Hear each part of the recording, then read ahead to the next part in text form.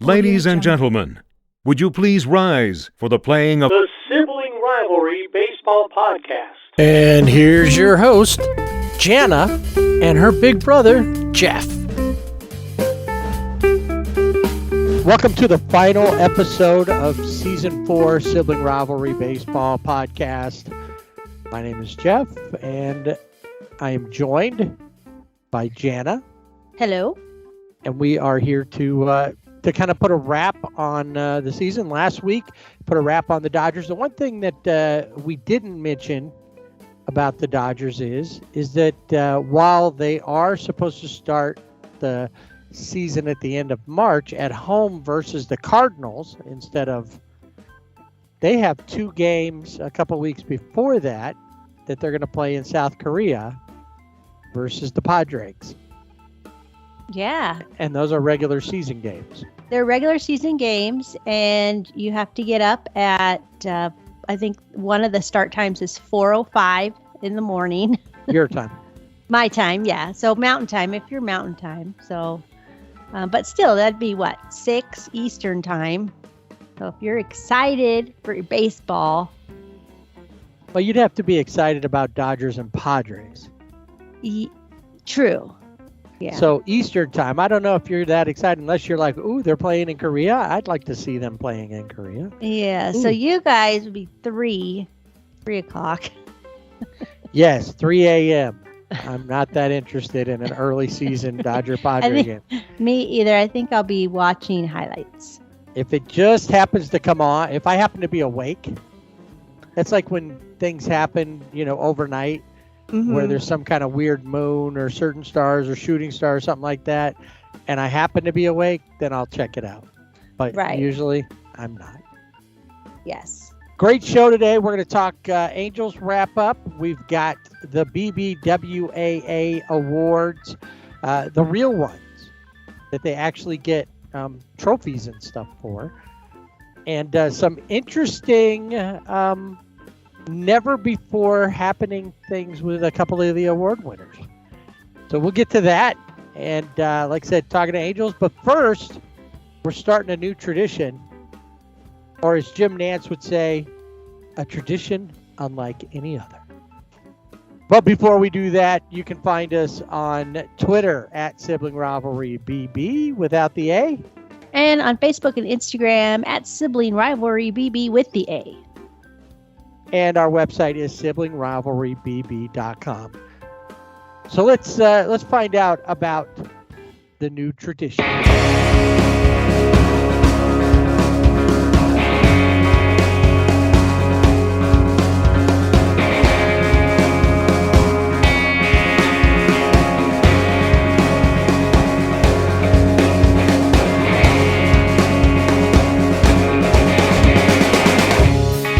So I have a simple question here. How long does it take to do things consistently before it's a tradition? Any answers? Twice. Twice? Think that's it? That's good answer. Good answer. All right. And along with Jana and I here are our most frequent guest ever, representing the great team who will soon have Shohei Ohtani, Blake Snell, and I mean once you get those 2 guys, I think Juan Soto is that going to be in there Juan too? Soto sounds good. Yeah, well maybe not this year because you'd have to trade for him. Oh yeah, okay. Although some really cool Disco Turkeys merchandise. Mm-hmm. For once, I think that's a pretty good deal. I agree. All right, welcome back, Greg. It's great to have you here. And the early parts of our tradition. We had you on at the last season, and here you are again. So we can kind of get a feel for what happened. It was a successful season, I think I saw for the Disco Turkeys. Yeah, it was. Yeah, I mean, every year we've improved our record, and year 3 was our first winning season. Although year two, compared to how we improved, kind of we had like a Deion Sanders winning season in year two, where like we went from being a 1-11 team to maybe winning 4 or 5 games. Not really a winning season, but it kind of feels like it relatively. So year two was that, and then this past year we had an actual winning season where we went 21-13-1. Somehow we ended up with a tie. I can get into that later if you want. But that's 8 games above 500 is, in a summer season, that's pretty good. And I do think, it wasn't just the record. Like if you just kind of looked at the team, I think eyeball test, we took some strides. Caliber of schools they're representing was similar to the year before, but I think what we ended up with were a lot of like battle hardened players. Sometimes having guys that saw a lot more at bats in the spring season at their college coming in. I think we had a lot of that going on where they came in hot, and it was a lot of fun to watch. Yeah, I would have to steal from Tom Hanks here and say I didn't think there was any tying in baseball. Yeah, so what we ended up doing, we played a team, and I mean, they're when they play out of their league, they play 7-inning games because they're trying to kind of preserve their arms for their league season. And the year before, the same thing happened, and we tied them. And they're a really prestigious team, and we tied them. And their fans were like, "Let's keep playing," and they kept playing, and we won. And this year, they chose not to keep playing. Too much. I wasn't at the game. It was an away game, like 3 or 4 hours away. I was doing some other things. But I heard there was a lot of upset fans. These aren't our fans necessarily, but people just wanting some baseball. But they let it in a tie. I mean, we pleaded, and I don't think our players are too happy about it. But it is what it is. I mean, it's their home field. They could have given the fans what they wanted, but I do understand. I mean, I don't know. I don't want to say they were right, but I can see why they might have thought they were right. Right. So, kind of overview. What did you think? What were the strides that you feel were most evident compared to last season? And I mean, you've got a young organization. This is just your 3rd season, like you said, and we've been watching you guys. Aside from your ever-present, awesome social media presence, how do you feel like things have improved within your organization compared to years past? I think objectively, the baseball has clearly gotten better. And I think also since we're with the Disco Turkeys, we are in I mean, it's not a Los Angeles or a New York, but it's a pretty big market for minor league type baseball. It's a city of, a metro area of more than 1 million. And if you lump the whole triad together, and even Winston-Salem is a few 100,000 people, so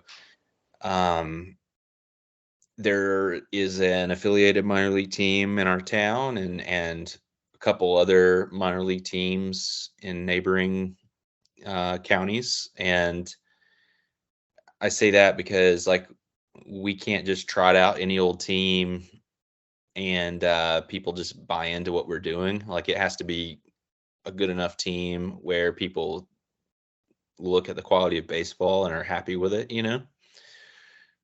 so we've done a good job there. And I think some of it is natural with being around for a while.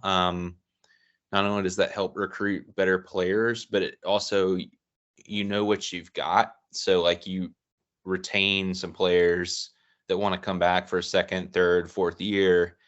And what you're getting, and especially with pitchers, that can be a really big deal, right? So Because inevitably you're going to get injuries or guys that are maybe not what they were 7 or 8 months ago because of development and just mental stuff going on. And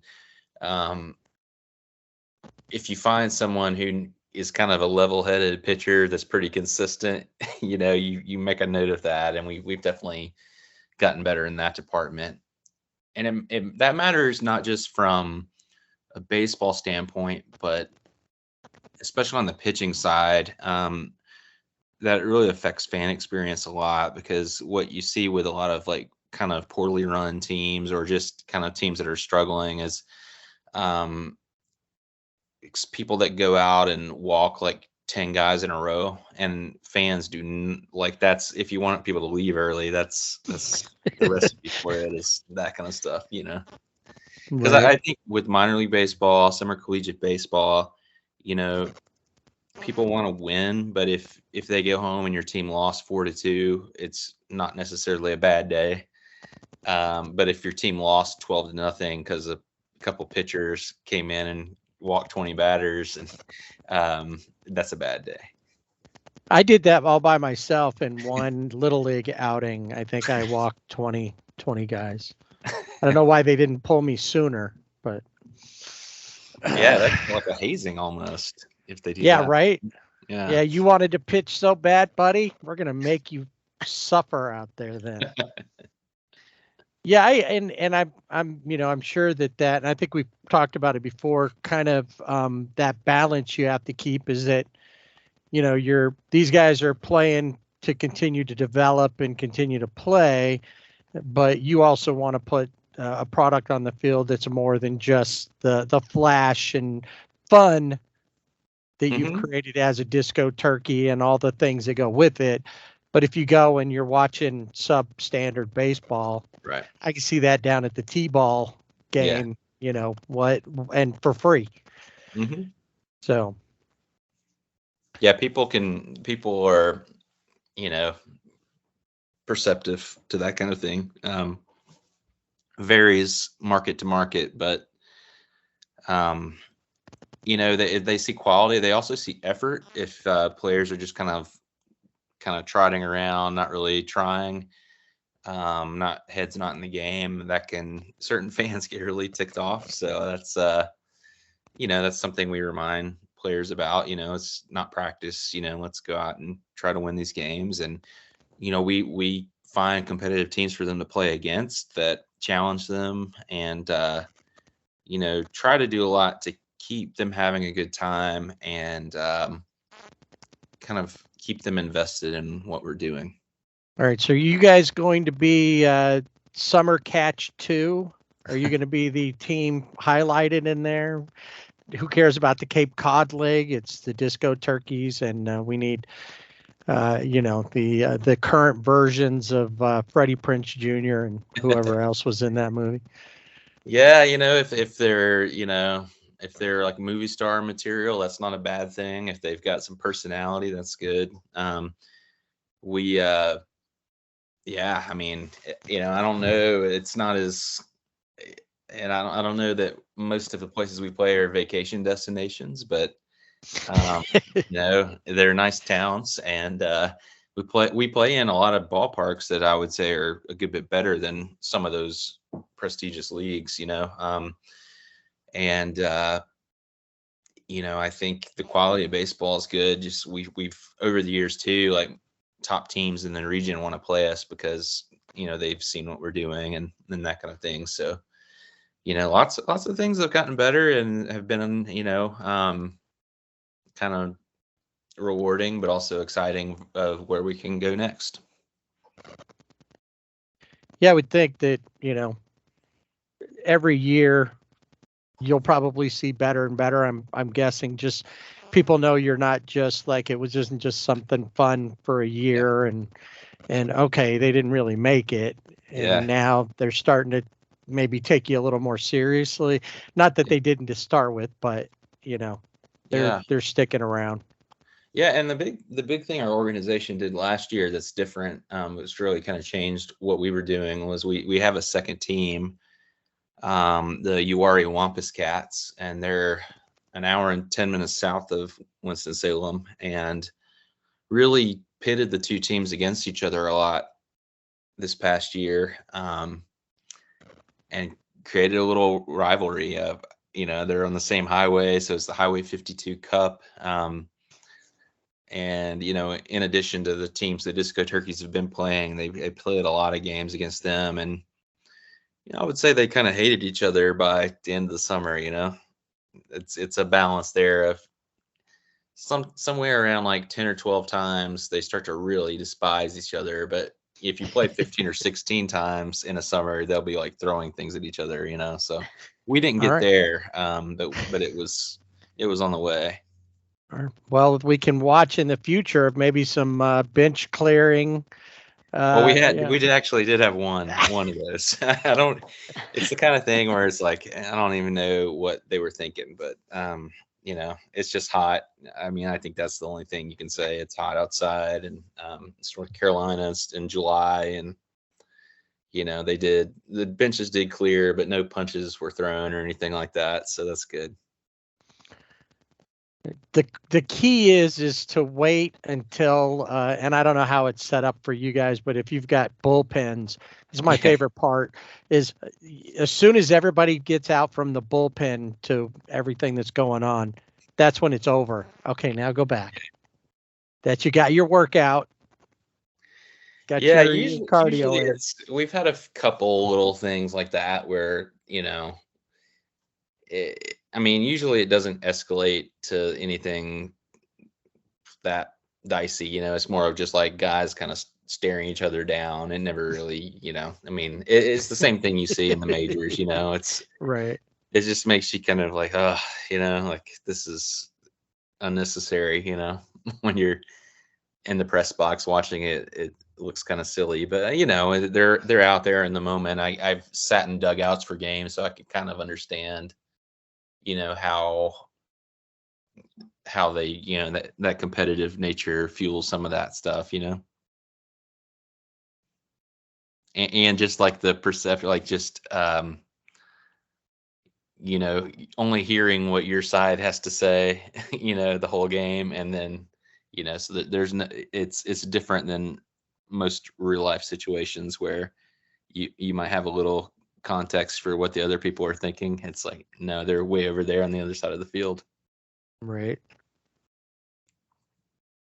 So in your 3 years of operation, I know that it's, before this, it was before those 3 years, you had, the implementation, I don't know, what do you call it? I can't even think. I don't even know what to say. Anyway, what has gotten, I'm like, blah, blah, blah. What's gotten easier in those 3 years? And then what do you wish you knew in season 1 that you know now that you wish you had known? Like, oh, if I had known this, it would have made my life so much better or easier or whatever. Yeah. No, I think, over time, just kind of learning the time of the calendar to work on certain things, kind of to make the most of the off seasons, how to kind of,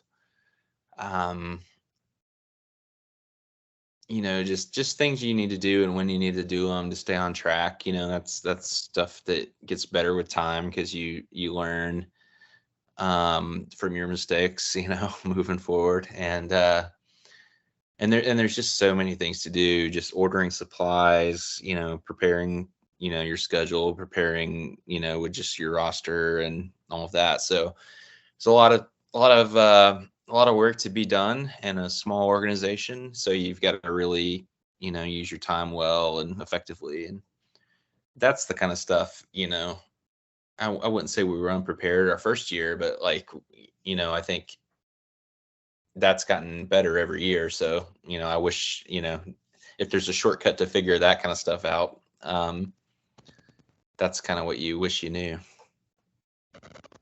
So I was looking through your promotions, because that's like the first thing I always look at, especially our minor league team in Albuquerque. I'm always like, oh, what are the promotions? Like, I don't even care who's playing. I just want what the promotions are. So I thought it was really cool that you had Dog Night when you were playing the Kansas City, the Queen City Corn Dogs. Oh yeah.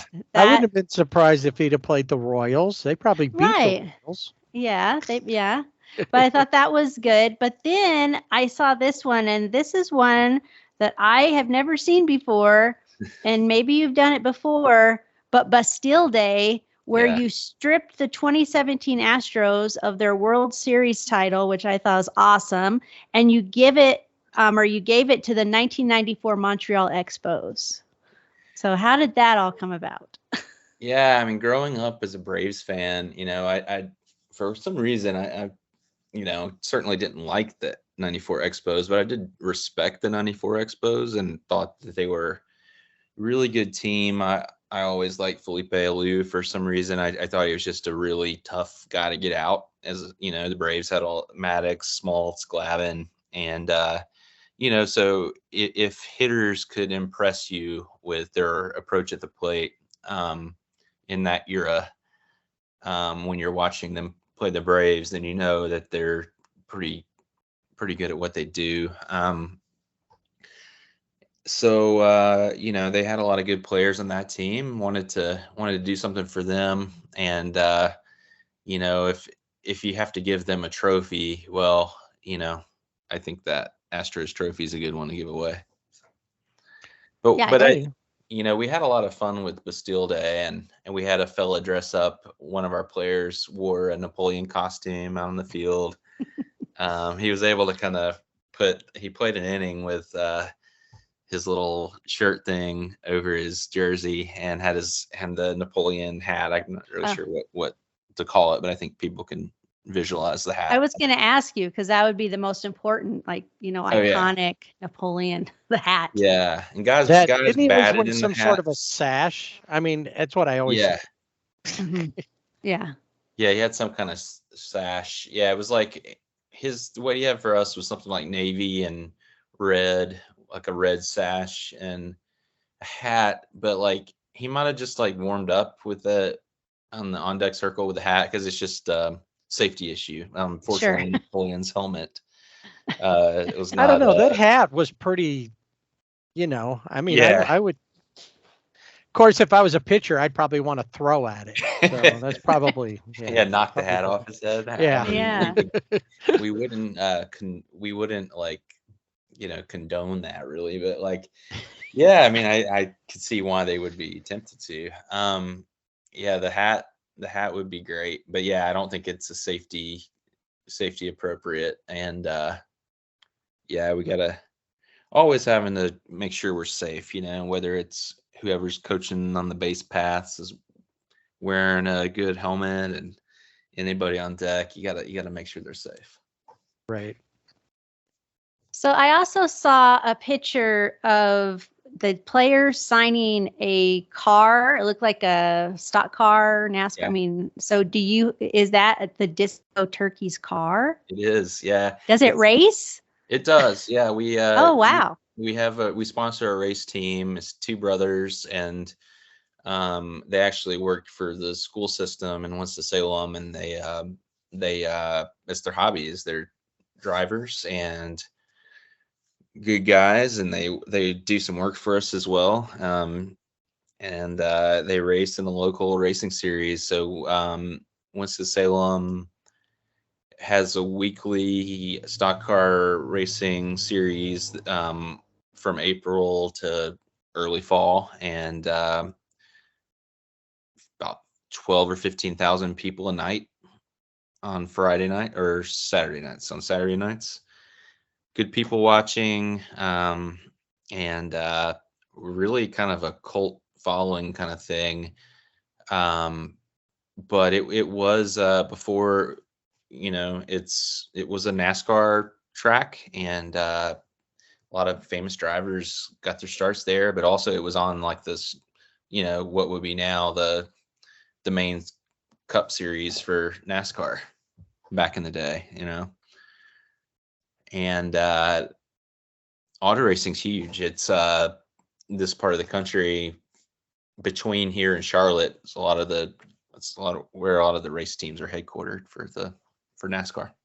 So the reason that I was like, wow, that's really cool, this car, because back when we started our podcast, it was when COVID hit and we didn't have baseball. We were like, how can we get baseball back?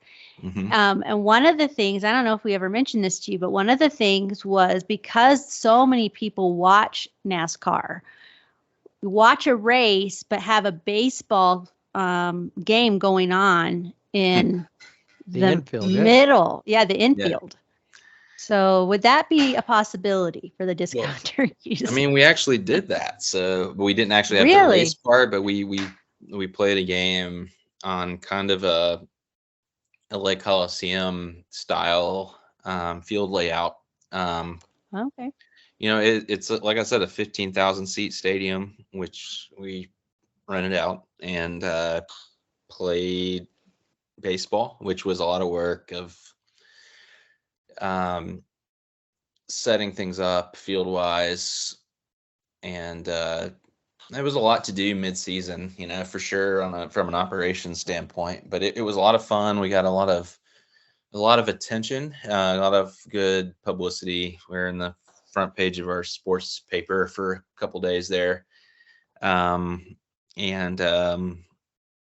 the players had a blast, not only hanging out with our drivers and their friends, but playing in an unusual setting and doing something that's, if you're from here, it's a big deal. A lot of our players went to those races since they were like 4 or 5 years old, and every Saturday, so it was kind of like, it wasn't everyone's thing. Our guys come from all kinds of backgrounds. Some are local, some are not. But for some of them, it was like they're like, wow, this is great, So, but I think all of them had a good time. Very cool. And the field dimensions were really short too. So right. A lot of guys had home runs, and we're glad for that reason. So whatever, and we'll take it. Yeah. So the jacket, the home run jacket that you have was well worn that night. Oh yeah. I mean, I think because we played there a couple times, and I think after a game or two, like the pitchers kind of figured out how to pitch to the batters and the dimensions. So I think the last game there was like 8-6 or something, but the first one was like 21-14 or something like that. It was literally a football type score, and because there was like 2 home runs an inning for a while there, Well, see, that worked out. Not only did you guys have fun, but you also got the pitchers figured out. Hey, I got to adjust. Yeah, that's good, and that's a lot of pitchers don't seem to have that idea that how do you adjust, or it doesn't feel like it gets taught in a lot of cases. So how to adapt and overcome. Yeah, so adjustments are big, and I mean it seems kind of like an extreme example, but I think you're right. Like apply the logic to less extreme circumstances, and you've learned a lesson here. But the pitchers, I would just say, they were pretty good sports about the whole thing. So, I mean, I'm sure, they thought it was an interesting experience, and I'm sure they wouldn't love to show off their stats for those couple games, but they had fun. I mean, it was a good time, and everybody, made a cool memory out of it, I think, for sure. So, are there any highlights of the season, strictly promotional? Because obviously that's what I'm all about, promotions and bobbleheads. Well, just to give you last week when we were going through our, we always, the last couple episodes are always about the postseason awards. And so we were going through that, and at the end of it, it was like, oh, wait, I have this, the Golden Bobblehead Awards. For Major League or Minor League Baseball promotional stuff, and so she shared that. So every little thing is about the promotions. Yeah. It is. I mean, it's So a big deal in minor league baseball. So, you've always gotta like think of new things that people haven't done before, and I think, and then just have fun with whatever you're doing. I mean, the Bastille Day one was fun. It was something. It's America's pastime, but we were playing on some different cultures. I think that was cool. But Did you yeah, have no, French announcers by chance for Bastille Day? maybe next year. We'll see. If we play on Bastille Day again, it's like that. It doesn't always happen. So it worked out. But no, I'd always, I've lived in some other cities where Bastille Day is a bigger thing. Because in North Carolina, that would be kind of a random thing to celebrate. Right. So, Right. but there are some cities in America that really get into it. But yeah, we had fun with it. Let's Yeah, I see. mean, I think the games at the racetrack were cool, and certainly was the thing that got the most attention from what we did this year. But we definitely incorporated the racing community and tried to kind of make it incorporate elements of racing and the experience, and honor that what they do every week. And that was a lot of fun for the players, for us. A lot of fans got excited about it. And then yeah, other promotions. I mean, we always try to do something with getting dogs out or cats out. We had a cat night again. We had dog nights, which one of them, it was like 1,000,000 degrees, so it didn't really work, but that happens around here. So promotions are great, and you just kind of are always crossing your fingers or praying or whatever you do for the weather. So if a good promotion lines up with good weather, you've really got something. yeah. Was there any promotions that you went into it thinking this is going to be killer, and it maybe fell flat or didn't really, hit what you were hoping it would hit, weather aside? Yeah. I mean, the Bastille Day one actually went pretty well. So that, I'm not sure if you would necessarily think that, but like for whatever reason, I think the fans that were there, I mean, I don't think a lot of people came to that game because it was a Bastille Day game necessarily, but like everyone that was there, you can kind of tell when the crowd buys into something and gets into it and just thinks it's fun. And for whatever reason, that worked for that one. And so that's a good example of one that, you think might go well, but it actually really did. And yeah, I don't know. I mean, I think it is a good question. Yeah, one of our dog nights was like a 4 o'clock game, and it was unseasonably hot, which you don't necessarily know when you schedule it. So, I mean, I guess that is related to weather, but I would say, that was kind of not as fun. And I would say too, like the cat night one's fun, and we had a good time with it, but like we did a cat night the year before, so like I think it went well, but I don't think, sometimes you do the same thing the next year, people are excited about it, but it's not quite the same, where it's there's no novelty to it. But it was still cool to do, because like what we do with it too is like kind of incorporate the Carolina Panthers stuff. So like we've got a Carolina Panthers super fan who was kind of like our ringmaster or whatever for that game, and throughout the first pitch, he's dressed all wild and with his Panthers gear, and he makes like wild looking hats and helmets and headgear and suits that are like Panthers themed. So it was still a lot of fun. But it was like, the second time in history that there's been a cat night. So it loses a little bit of that novelty.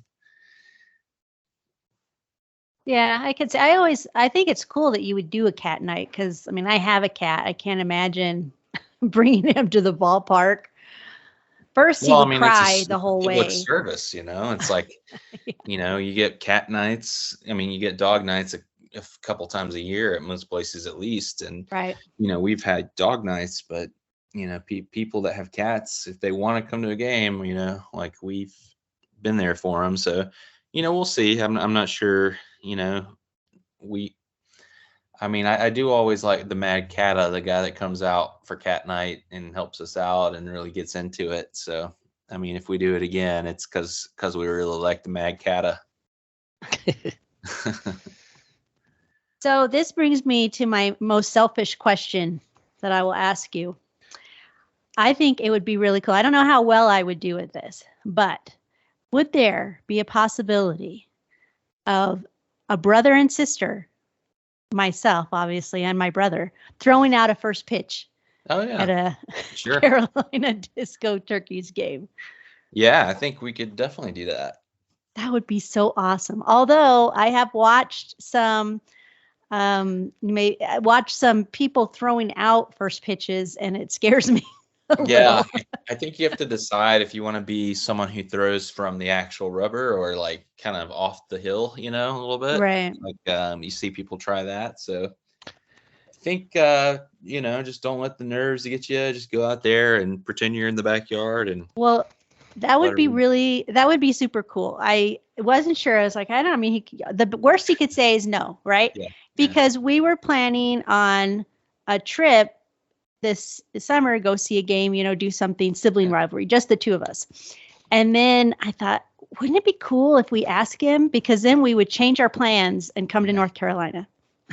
Yeah. All right. Let's figure it out. I mean, it's a lot of fun, and I think anytime we can have people throw out the first pitch or like little league kids running onto the field with the players like that. I mean, that's fun stuff, and it's something that is easy to incorporate in the games, and fans get into it. People get into it, So yeah, I mean, it's what it's all about. Awesome. Well, thank you. Okay, I'm done. No. I'd like to think, when you think that is that I would go out there, and I just saw like a video the other day of like Nolan Ryan, still throwing heat, and he's whatever 80, and still throwing heat off of the mound. And I'm thinking, oh yeah, that's me. I'd do that, but I'd probably look more like 50 Cent with his pitch, or who was it? Was Fauci, Dr. Fauci, who talking so much about throwing it, and then it was just a bad toss. You never know who's gonna embarrass themselves out there. Like it's sometimes people that you would think, oh, I'm surprised you couldn't throw it, and then like a 10-year-old will go out there and throw a 75-mile-an-hour, strike. So. Yeah, those are the ones you're watching for too. You're like, well, how many more years till he's in college? We need to get him out here. Yeah, why not? Start tracking that kid. Yeah. I think I watch, when they have the bobblehead nights like Dodger Stadium and they have their families. Charlie Freeman and Charlie Kershaw should already be on a radar. Yeah, somewhere. They got connections, so that's good. Yeah. So looking back at your season, the highlights, obviously you had a winning season, which was great, not just the improvement, but market improvement. Any pieces of that when you look at too, just from the on-field product that you look at and you say, okay, this is why. Obviously you've got some not, I guess, better players perhaps, or more experienced players, coaching staff, guys that you want to call out and say, hey, I could see something they were doing that helped make a difference. Any players that maybe stand out that just were above and beyond what you expected? Yeah, I would say, our coaching staff did a good job. I think it's, it takes special people to do that. And what I mean by that is to keep the guys loose, engaged, I mean, everyone's there the whole summer and no one's like kind of bailing, like literally bailing on the team and just kind of, you know, you can see they've bailed, but they're there, and none of that, because the coaches have been very good about, you know, making sure they're getting what they need, making sure they're working towards their goals, but also having a good time and, making the most out of it. So coaching staff did a good job. I think, yeah, one of the things I would say was, we had a couple young pitchers, Connor Frail, who's a local player here and also pretty local, Jake Smith. They were both a couple of our youngest players, and they came in and pitched and were outstanding all year for us. And sometimes with pitchers, you just they've got good stuff, but you're not really sure how it will translate to being in the rotation on a collegiate summer team. So we had a couple of our young guys do really well, and then we've just seen some guys improve year to year. We've had some guys on the team 3 years, and we might have people come back for a fourth. Like, it's a little unusual, but I think it speaks to the job our coaches do, and a lot of the players liking each other. So I think that's a key. And I'm excited about a lot of these guys coming back, hopefully. Is there anybody that you've seen, especially this last season, that just watching them, you go, I'm going to see that guy playing in the big leagues? I definitely think we've had guys that have a chance to be. I would say at this level, it's kind of, we're probably like most of the guys. It's more like, oh wow, he's going to play professionally. I don't think you don't really know like which ones are going to kind of top out at AA, AAA majors, just because a lot of them are 20 years old. They're just so young. But I would, we've had some guys in these first 3 summers that have gone on to play in good indie ball leagues. We've got at least a couple guys that I would be surprised if they're not playing affiliated ball, and draft prospects, those kinds of guys. But some of the best guys we've had are still in college or still have a couple of years left. So, but yeah, I mean, our coach, our pitching coach, Coach Lewis, one of his sons pitches for UNC Chapel Hill. So he's, with an elite ACC school, and, he's throwing in the 90s, and he's a freshman there, So like, that's the kind of, we have guys like that like project to be pro players and potentially major league players, but they're sometimes 18, 19, 20, 21. And, you don't, there aren't very many sure things, but even if they, are looking as good as they possibly could, I think it's still a little bit of like, if things go well in a couple of years, if they keep at this pace, that's where they'll be, So I think it's more of a, like you said, we'll keep tabs on this guy to see if they're that guy, for us. Well, they just need to be drafted by the Angels. The Angels had 2 guys that, one guy got drafted this summer and was playing first base 2 months later. So, obviously you never know how that's going to, work out, but they could be Andrew Jones, batting the World Series when they're 18 and then have a successful career. Yeah, arguably a Hall of Fame career, if anybody wants to get on board with that. Of course, you'd think that he was a Brave and all. And, well, his Dodgers years were not his best. Absolutely. He signed the big contract and then, kind of struggled. But, he had his day. He had his day, which I would still take that as a career. Sure enough.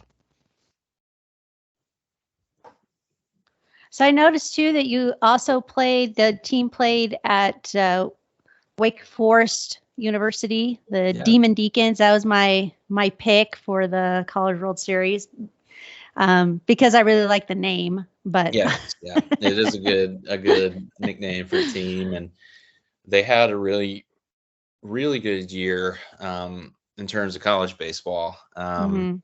They got the town pretty excited about baseball in the spring, so I feel like to some extent we were able to kind of ride a little bit of a wave coming into the summer, and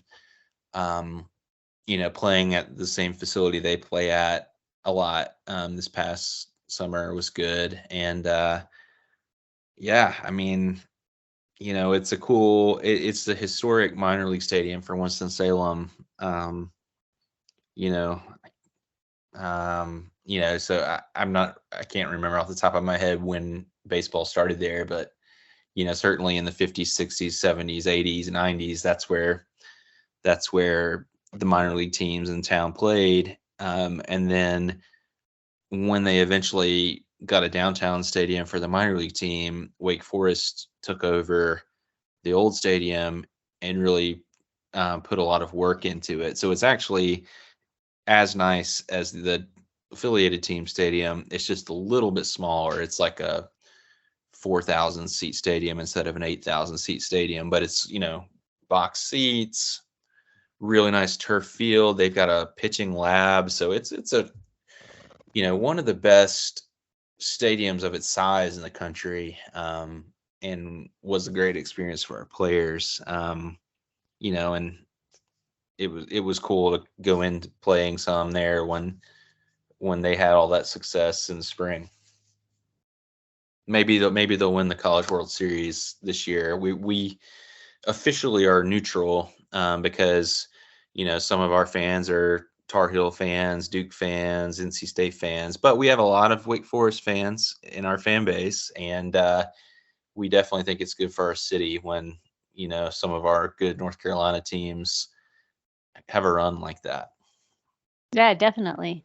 I mean, it'll be interesting to see because as soon as the College World Series was over, it was like the transfer portal opened up and they were all transferring like from Tennessee. Oh, I'm going to go to Wake Forest now, or whatever it was. But yeah. Well, Wake Forest, I mean, they've certainly had some success lately, but they also are very, they've got some really good assets as far as their pitching lab and some good assistant coaches, and in addition to a good head coach. So it's not surprising. And then just the ACC in general, good conference.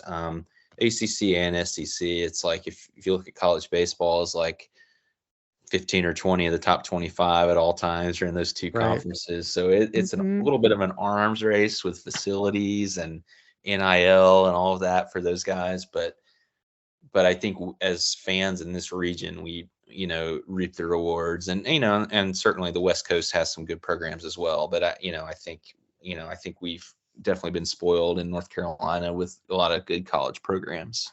I think most of all the best programs are there. The teams out here that used to really constantly be there, you're not seeing. You could always see UCLA. I go by UCLA Stadium, which is over on the VA campus in West Los Angeles all the time, Jackie Robinson Field. Yeah. And, you just don't see them coming up. USC, these were teams that, and now you see SEC teams that have kind of filled in that gap, not as much with the Pac, whatever it is now. Well, and I think kind of to that point, like you've got a few of those teams going to the Big Ten and a few of them going to the Big 12. And, some of the programs that are going to the Big Ten historically were really strong baseball programs, and the Big Ten has had a couple of good teams the last few years, but historically isn't a conference in the same way the Big 12, the SEC, and the ACC is. And they'll usually have a couple good teams, but it'll be interesting to see, if that hurts UCLA and USC baseball wise, or if the rest of the Big Ten catches up. But the Big Ten is such a strong conference overall. Now that we're in the era of conference TV networks where they use baseball a lot for programming because there's a million games they can choose to air, maybe the Big Ten will get better down the road, and it has a lot to do to, I think, just outside in to catch up to the ACC and SEC, but and the Big 12. But now that maybe they might see some opportunity for them to for some of those programs to add it. I mean, even like Wisconsin doesn't even have a baseball program. I found that out once, and I was like, that's Oh, fascinating. wow.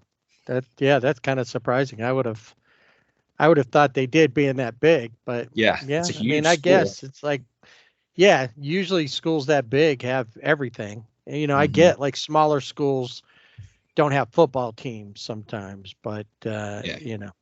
yeah, that's crazy. I don't know. As a USC fan, I'm kind of worried about that. Maybe baseball will make a comeback because unless they change things football wise, they're going to get blown out of the Big Ten by even the weakest Big Ten teams the way they've been playing. Yeah. So, It'll be but interesting. luckily, we're not college football podcast, so we don't have Well, to. if we the Disco Turkeys decide to have a football team, we can go save the Pac-12.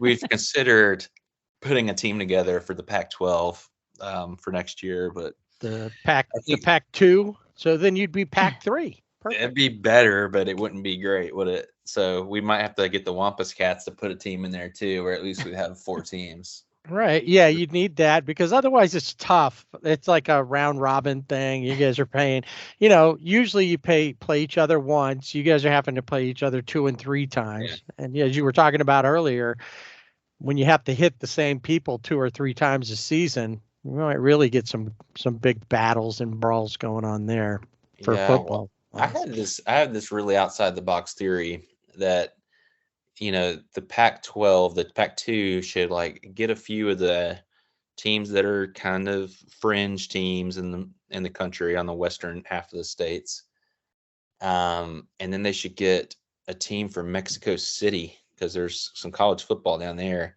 and a team from like British Columbia. Put together a pretty cool TV package. That would be great. Oh, And yeah. see what streaming can do for them, see what they can do. But yeah, I have a bad feeling it's the days are done. Is that a hint at what you might be angling towards in your future, Greg?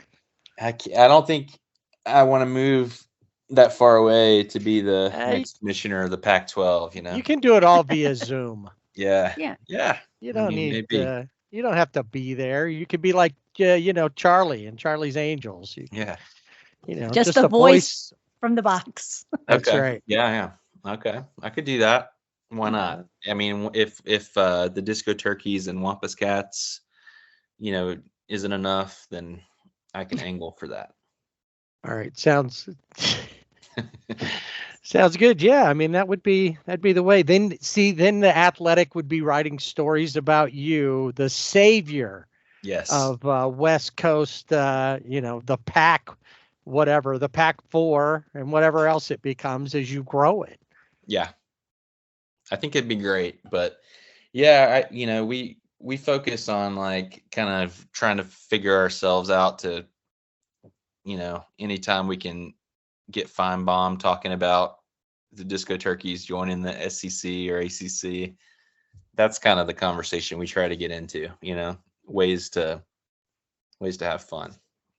Yeah, absolutely. And you guys do that. Like I said, great. Every time you're on, we talk about the social media game. That's normally what I look at. If I see a little deal on when I go into, and I refuse to call it X, Twitter. Whenever I go in there and I see your little logo, I'm like automatically, okay, what kind of chaos are they causing today? What kind of fun can we have here? Are you guys on Blue Sky? Do you know about Blue Sky? No. It is an invite only kind of alternative to Twitter. And we'll see if it takes off. But we have an account there too. We're like, we're gonna be there. And if everyone revolts on Elon Musk, we're still gonna do our game. We've still got our presence. Well, that's what we were talking about. Was we'll ride along until he decides to start charging for us, and then Yeah. And I think SRBB that's why will it go. started. I think my understanding is that it was an alternative in case it became untenable. Like the same person who started Twitter was one of the developers, I believe. So it's essentially the same thing. But since it's invite only, there aren't any like bots. So that's kind of interesting. Oh, okay. Yeah, I mean, I feel like it's mostly like journalists right now, and some just kind of people in a few industries, but the disco turkeys are there. Psst, look at that exclusive company. I think we're the only sports team on there. There really aren't brand accounts. It's just like news people, basically. All breaking stories to one another. I like it. Yeah, pretty much. And no one's complained. We haven't done a lot on there, but no one's said, "Oh, we don't intend for this to be for people like you." Everyone's just like, "Yeah, whatever, it's fine." Right on. So I know that when we first reached out to you to come on, you said, "Hey, we're working on some new stuff. Can't really talk about the future, but is there any one thing, just generally speaking, or in just anything in general, that you're most looking forward to for your upcoming season?" Sure. Yeah, I mean, we're working on the roster now, expecting, some players to come back from last year and adding some new guys and, getting some new schools represented on the roster that we haven't in the past. And some of them are good programs, so that's always exciting. I mean, that's an every year story really, but it's definitely one right now. And then, yeah, I mean, I'm trying to think. Yeah, I mean, we definitely have some things up our sleeves, but really, I'm trying to think of like what's kind of finalized because we're just at a point in the calendar where like, a lot of things are like in the process, but yeah, I mean, we're like scheduling games and figuring out kind of who we're playing and and all that, but yeah, I'm excited. We're just trying to kind of grow the brand and the business and kind of and along the same lines keep improving our profile with the players and the schools. And it's definitely been the best off season so far as some good college coaches reaching out, wanting their guys to play with us, picking us out as where they want to send them. That's rewarding, but also a good sign. That's what you want. So, we're excited about all of that stuff, but, also just, I think that's kind of the same approach we always have is like, we're always looking to do something new and fresh. And, that's kind of where we want to go next year too, with what we're doing. But, but stay true to ourselves, entertain the fans in Winston-Salem, and, have a blast. Well, you're stepping in the right direction with, sibling rivalry baseball podcast night. And, Yeah. That's really going to spice things up there. Yeah. I mean, maybe that's something we should really spend a lot of time on is like, making sure we have the best first pitch throwers we've ever had, and we've had the Mad Cata who like wears a big top hat and cat whiskers and stuff, and he's cool, but we could do a lot more, with our first pitches, and you guys could be part of that. All right. Well, as soon as when you're playing home games, we'll rearrange our travel schedules to. Yeah. It's a to nice place, you know. June is beautiful here. Gets a little hot parts of July, but the weather's. I mean, that's the thing, you know. It's always a factor. I mean, it's gonna affect your turnout, just kind of the vibe, and your day. It's like you know you become a weather person almost. You're checking your phone constantly and Mhm. calling operations people, calling the other coaches, and you even have umpires texting you. And I'm like, how did this umpire get my number? I don't want him to have my number. That's a bad Uh, sign. because they're like driving from 2 hours away. I'm like, Yeah. why don't you just give me a local umpire? So it's those are the tough days, or the So days you where and Ken Griffey Jr., right? He's living next door to an umpire, and you've got him on speed oh that dial. They have you on speed dial. yeah, that commercial's, yeah, that's scary. I wouldn't want to Now, live next door to an umpire. did you hear the story about this commercial? Just as an aside here, apparently, at the end when the umpire throws, tells his wife she's out of there. Yeah. I didn't know this, and Ken Griffey, if you hear him just off camera, says, "Oh, he's done that to me before." Though I think he's only got thrown out of a couple of games in his career. Yeah. And that guy who plays the umpire was the umpire who threw him out of one of those games. That's like a major inside joke. Yeah, I was like surprised when I read that. I was like, all right, where was Paul Harvey when I needed him to tell me the rest of the story? Now I know. Yeah, because it'd be easier. I mean, it seems like it just putting some random guy in an umpire outfit is the easy button there, but maybe he just really, really wanted to be involved and did it on his own dime, and there you go. But that's fascinating and a little strange. Right. Yeah. That's so when he said that, he wasn't kidding. He was yeah, he did that to me before. Yeah, umpires are funny. I've met a few that are really good people, and I'm sure a lot of them are, but there's definitely some characters, and you deal with them in the way you deal with them, sometimes intense situations, and yeah, I don't know, it's hot in the summer, and they might have driven a couple hours to be there, and might just assume that you might not be catching them at their best, but it's that's one of the fun relationships you get to build, is the umpire relationship. The next question is as you go on and grow, obviously things continue to get better. You're on somebody's list to call, different coaches and that stuff. Where ultimately do you want to see this go?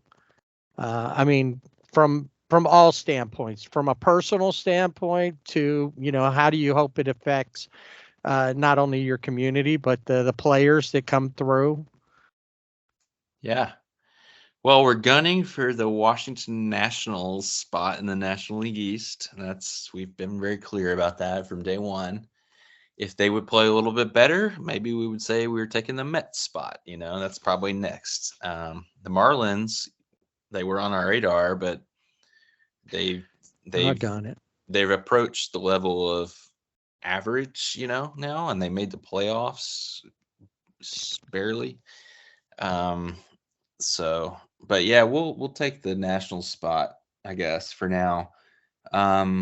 Well, regionally speaking, that's the way to go, because the other ones are a little far north and a little far south compared to we where just you're have at. to work on our I don't know. We're not. They're getting 10,000 people a game, probably. I don't know. I don't know what they're drawing. I guess it's the Marlins are who we should go after crowd wise. Go for the Florida teams. You guys are already outdrawing the A's. So yeah. Well, and maybe we just take the A's spot, and it seems like that's not everyone wants them there anyway, apparently, if you're looking at the owner. So yeah, so a short of MLB, I think we see ourselves really just having a good time, growing what we do, getting bigger and bigger crowds, but also I'd love to start seeing some of the guys we've spent our summers with playing Major League Baseball. Why not? And I do think we've had a few that have that potential. I don't know how many of them will actually make it that far. But fingers crossed on injuries, fingers crossed on just getting lucky breaks, the right people seeing them at the right day. That we'll have a few pretty soon and get a reputation for that, and sky's the limit. You think you guys will maintain this kind of free independent status, or do you think you'll ever join a league, or will it just depend on what's happening?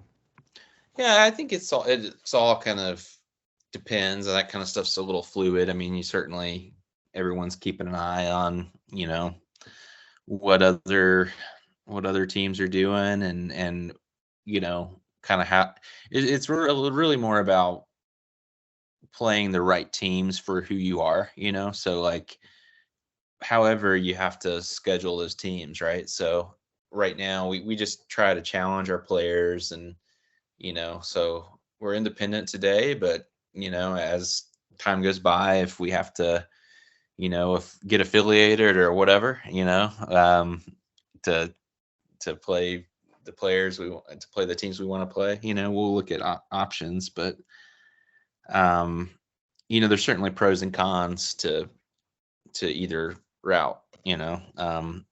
Pro being like we can do kind of whatever we want right now, within reason. Obviously we have priorities and goal and values are on our own, but within those boundaries we can do pretty much whatever we want.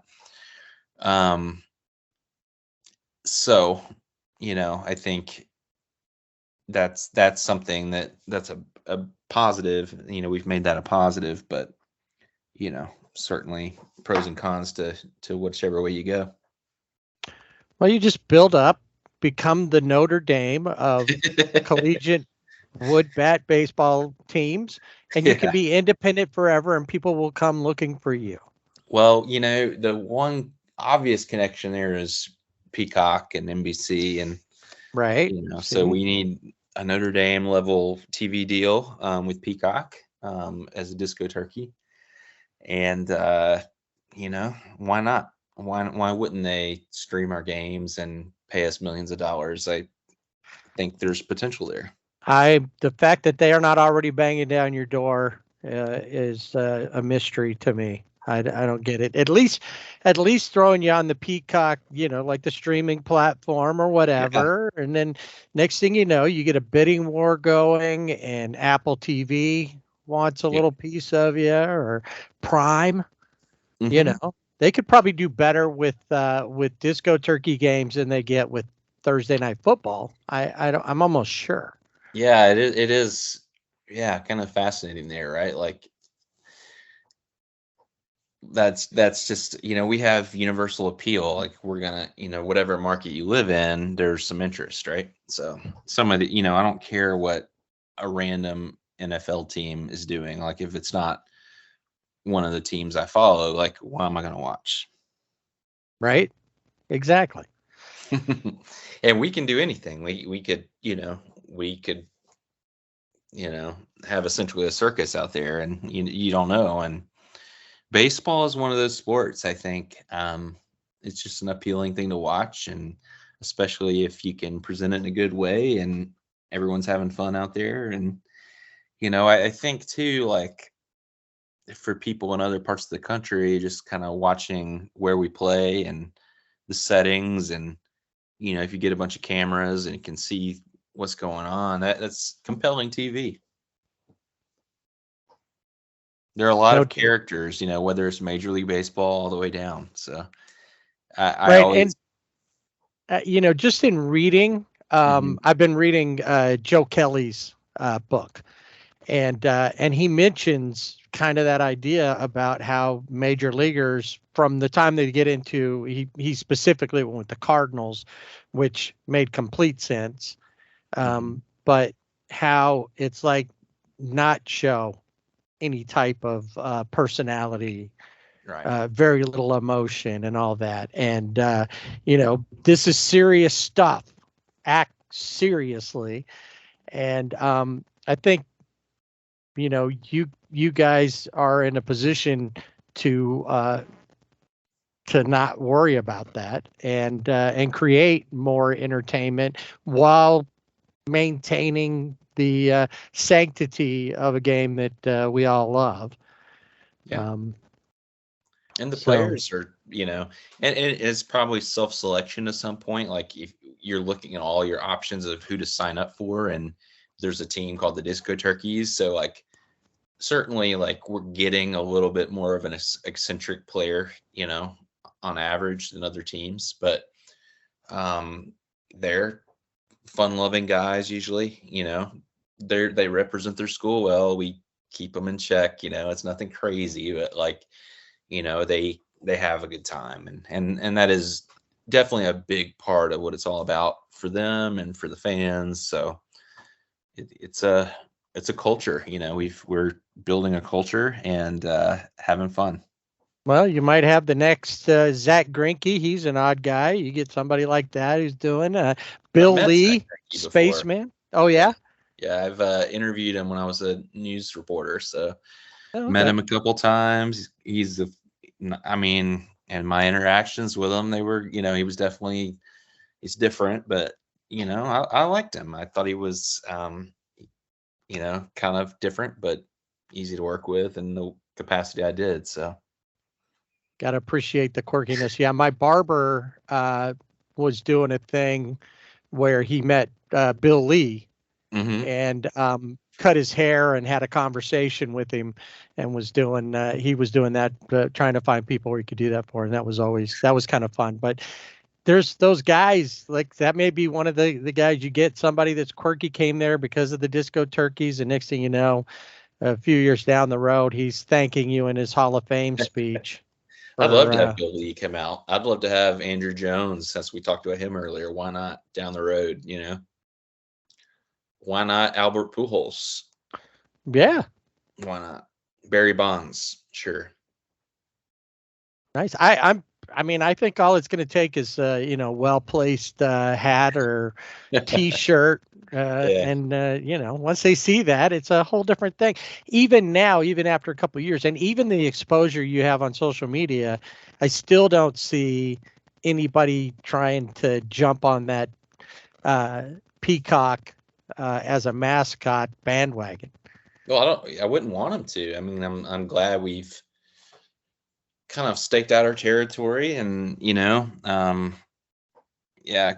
I mean, you don't need any inferior peacocks out there walking around. So we've St. Peter's can keep doing what they're doing. They were around before, that's fine. But there are a lot of imitators, but I feel like we've done a good job, and I think have represented our species well.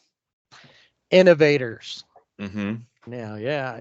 And I think about you guys every time. Just down the street here, there are a bunch of wild peacock that live in a neighborhood there. And when you're going through, you always got to slow down, because sometimes there'll be one here or two there, and I think there's like 6 or 7 of them that roam around. And to the point that at the big park, and this is in the city adjacent to where I'm at, Yeah. Right on the corner of the big city park, there's a fountain there, and on top of the fountain is a peacock. Wow. Okay. So you guys have a foothold in Arcadia, California. Yeah, know it, but it's you cool didn't. that the animal has kind of taken over some places, So that's what we're trying to do: take over Winston-Salem, take over North Carolina, see what we can do, And then the world from there. Yeah. Sounds good. Any more questions from you, Jana? I don't think so. I got you my one wish. Secured that. All right. I So secured that, and but I think Disco Turkeys from the first time, like I said, a lot of times I look at names, and if it's a cool shirt, I'm gonna get it. And yeah, I had that shirt probably before I even knew who you were and knew what was going on with the team. And I've had a lot of people stop, and say, "Is that for real?" Like, yes, it is for real. So, yeah. So, Conversations are great, right? Like we've yes. had a lot of people that tell us that when they wear their Disco Turkey shirt out, that they get like 5 compliments every time. And I'm like, well, that's Yeah. Yeah. I have worn it to an Isotopes game, which is the minor league affiliate here of the Rockies, but in Albuquerque, and I get like, oh, that's a cool shirt. Where'd you get that? So yeah, so keep doing what you're doing because it's working. I wear mine, but I never leave the house, so it doesn't really help. Shows up on Zoom calls, Yeah. Right. Exactly. All right. Well, hey, thanks for taking some time and hanging out with us. We always like spending the time with you, and hopefully next summer we will get to meet you in person and take in a Disco Turkeys game. And Jana will get to show her her $1 million arm there. Right. I have to start practicing now. Get a coach to give you some tips when you're That's warming right. up. Yeah. Yes. We need to get videos of her. Get her family, her sons out there videotaping her in her backyard. That's great. Throwing her first pitch. Love it. Yeah, no, keep me posted. And I mean, I don't know if it'll be January or whatever before we release it, but we'll eventually have a schedule out, so we'll get it going. All right. Awesome. Well, we will let you know. Thanks for once again being here. Thanks for giving us something to look forward to all the way into the summer of next year. Besides doing our podcast, and once again, it's been great. You have a great holiday season, Greg, and we'll talk next year. Sounds good, Jeff. Jana, good talking to you. Okay. Thanks.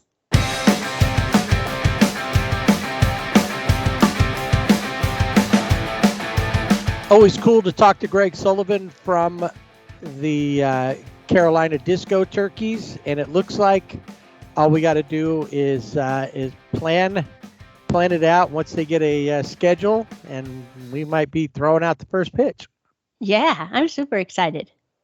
I think I got a rotator cuff injury. I don't know. Tommy John, maybe. I'm not sure. May not be able to pitch that day. A flexor tendon. Right. Something like that. An oblique. That's exactly what I'm going to have. I got to have an oblique. All right. So as we do every year, we wrap up, a season. What did we see? Was there anything that really just stood out? What do we see coming up? And last week we did the Dodgers. This week it is all about the Angels, and some changes have already been happening for the Angels. We'll get to those in just a second. Just a quick wrap up of the season. The Angels finish up with a 73-89 record, 4th in the AL West, 17 games back of the Houston Astros, who won it all. Now, oddly enough, they did spend like 8 days in first place early in the season. They did. 8 cherished days for Angels fans. Yep. The biggest lead they ever had, though, was like a 1-game lead. They never built upon that. The farthest behind they ever fell was 18.5 back.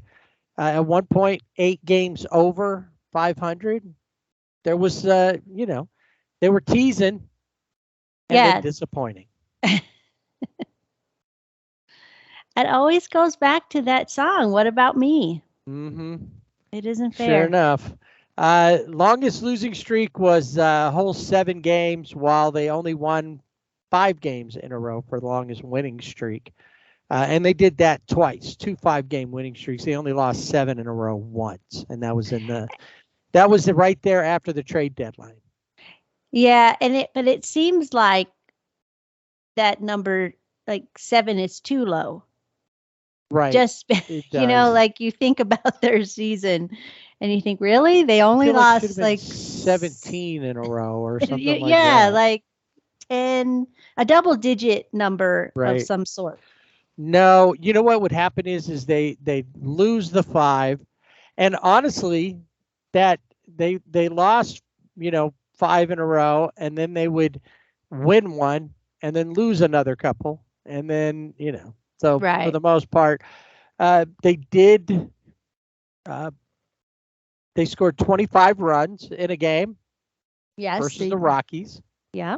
They allowed 18 runs in a game. Versus the what would have been funny is versus the Rockies. No. Right. But it wasn't. It was it. No, it was I'm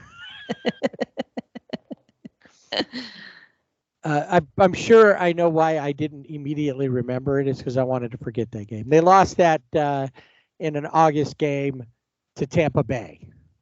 Oh yeah. That's at home. Oh. That's a gut punch.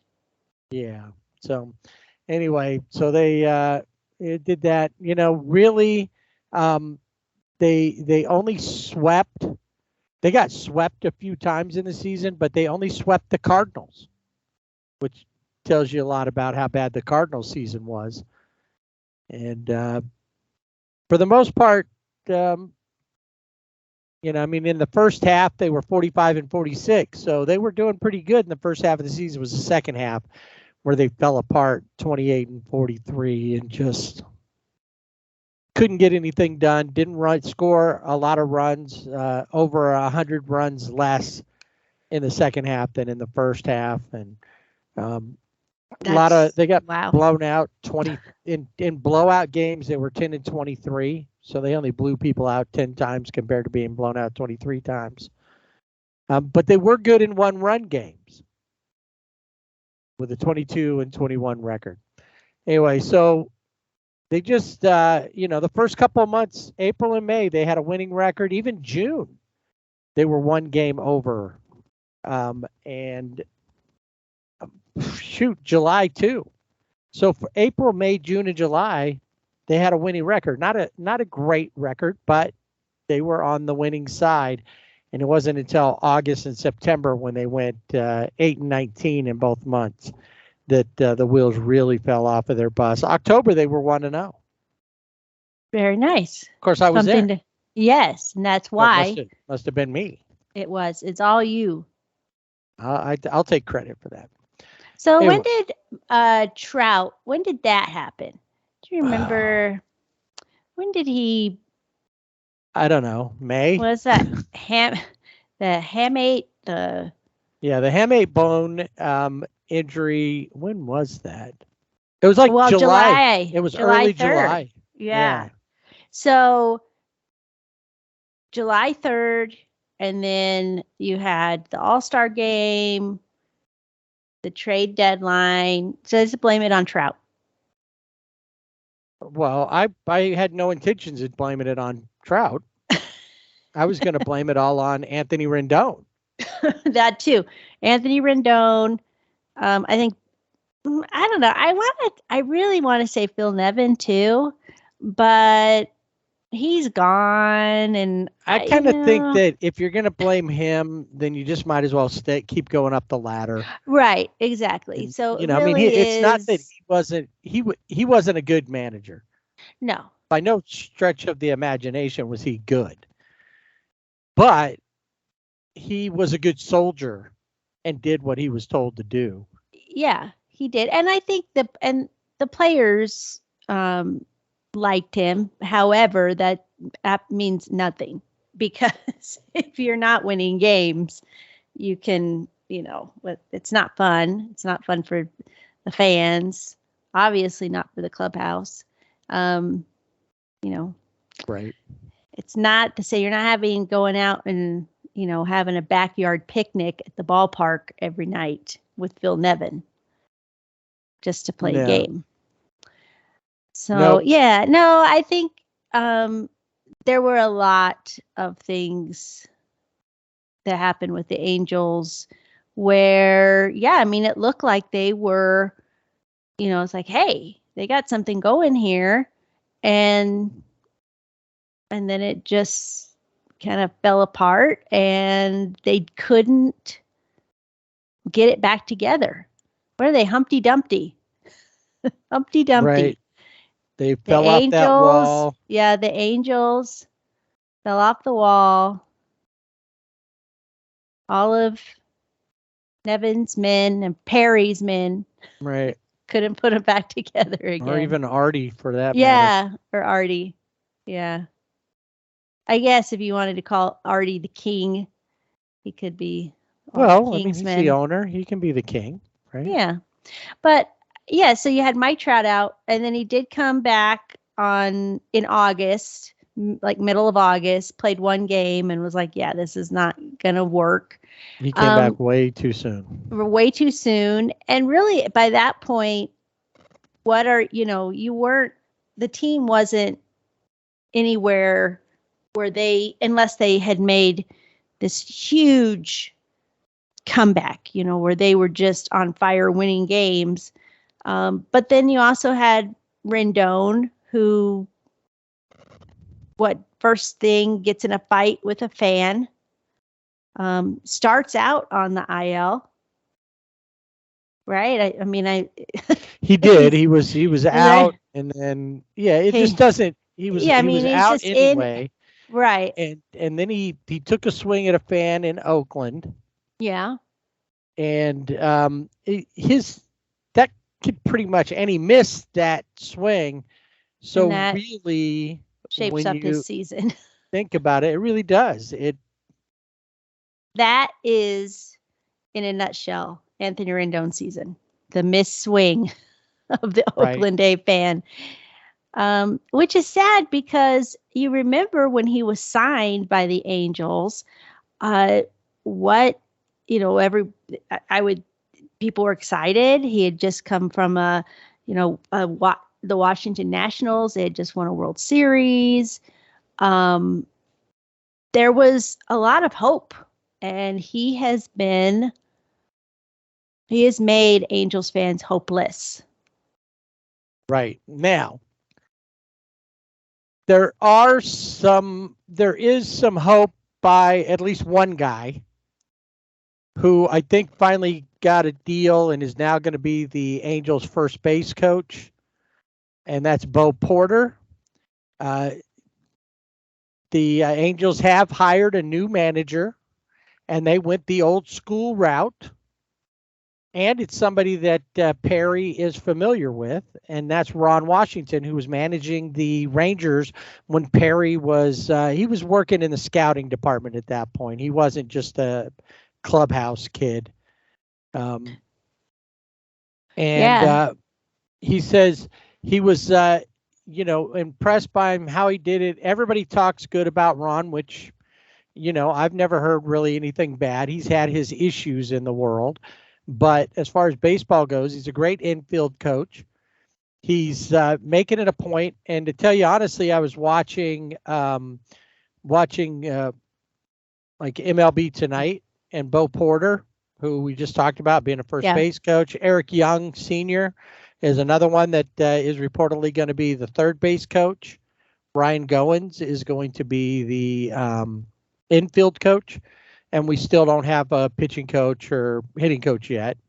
Torrey Hunter was asked about if he wanted to come in and be like the bench coach, but he's like, I think I just want to be a manager. I don't think I want to do the other stuff. But he did say he wouldn't mind being an advisor. So we'll see who they pick up. But with Ron Washington, you've got that old school feel. He's going to be working the guys out in the infield. And I wasn't sure about Bo Porter. Bo Porter has MLB managing experience, just a couple of seasons worth, but he managed the Asterix back in the mid-teen 2000 teens. And, but listening to him and watching him on MLB Network, he's very motivated and very passionate. And he was talking about he and Al Leiter were talking about first base coaches. What do they do? And he was also talking about what he feels when he looks at the Angels. And apparently he's known Rendon since he was like 13 years old. Yeah. And I don't, the one thing that I agree with is that he said is that somebody needs to get to Anthony Rendon and save him from Anthony Rendon. That Anthony Rendon's his own problem, that it could have been frustration. He's having a bad year and he just went the wrong way about it. And that they need to tell him, you need to be moving in a different direction. With that, there is talk that the Angels are looking at third baseman to pick up because they don't know what's going to happen with Rendon. Well, right. I mean, look at his track record. And I think he could be frustrated, but with this whole situation, but he hasn't done anything to help himself out. I mean, the way he speaks to reporters, the way he just if he's interacting that way with reporters in the clubhouse, what is his demeanor in the clubhouse with the other guys? Is he even there? Does he even make a point? Well, they say he is, yeah, but I don't know. Right. There's times when the rest of the team all looks like, hey, we're trying to focus on the game, but we're getting our butts kicked. And he's sitting on the bench talking to somebody, laughing and joking because he's got no skin in that game. Right. He's on the IL and he doesn't care.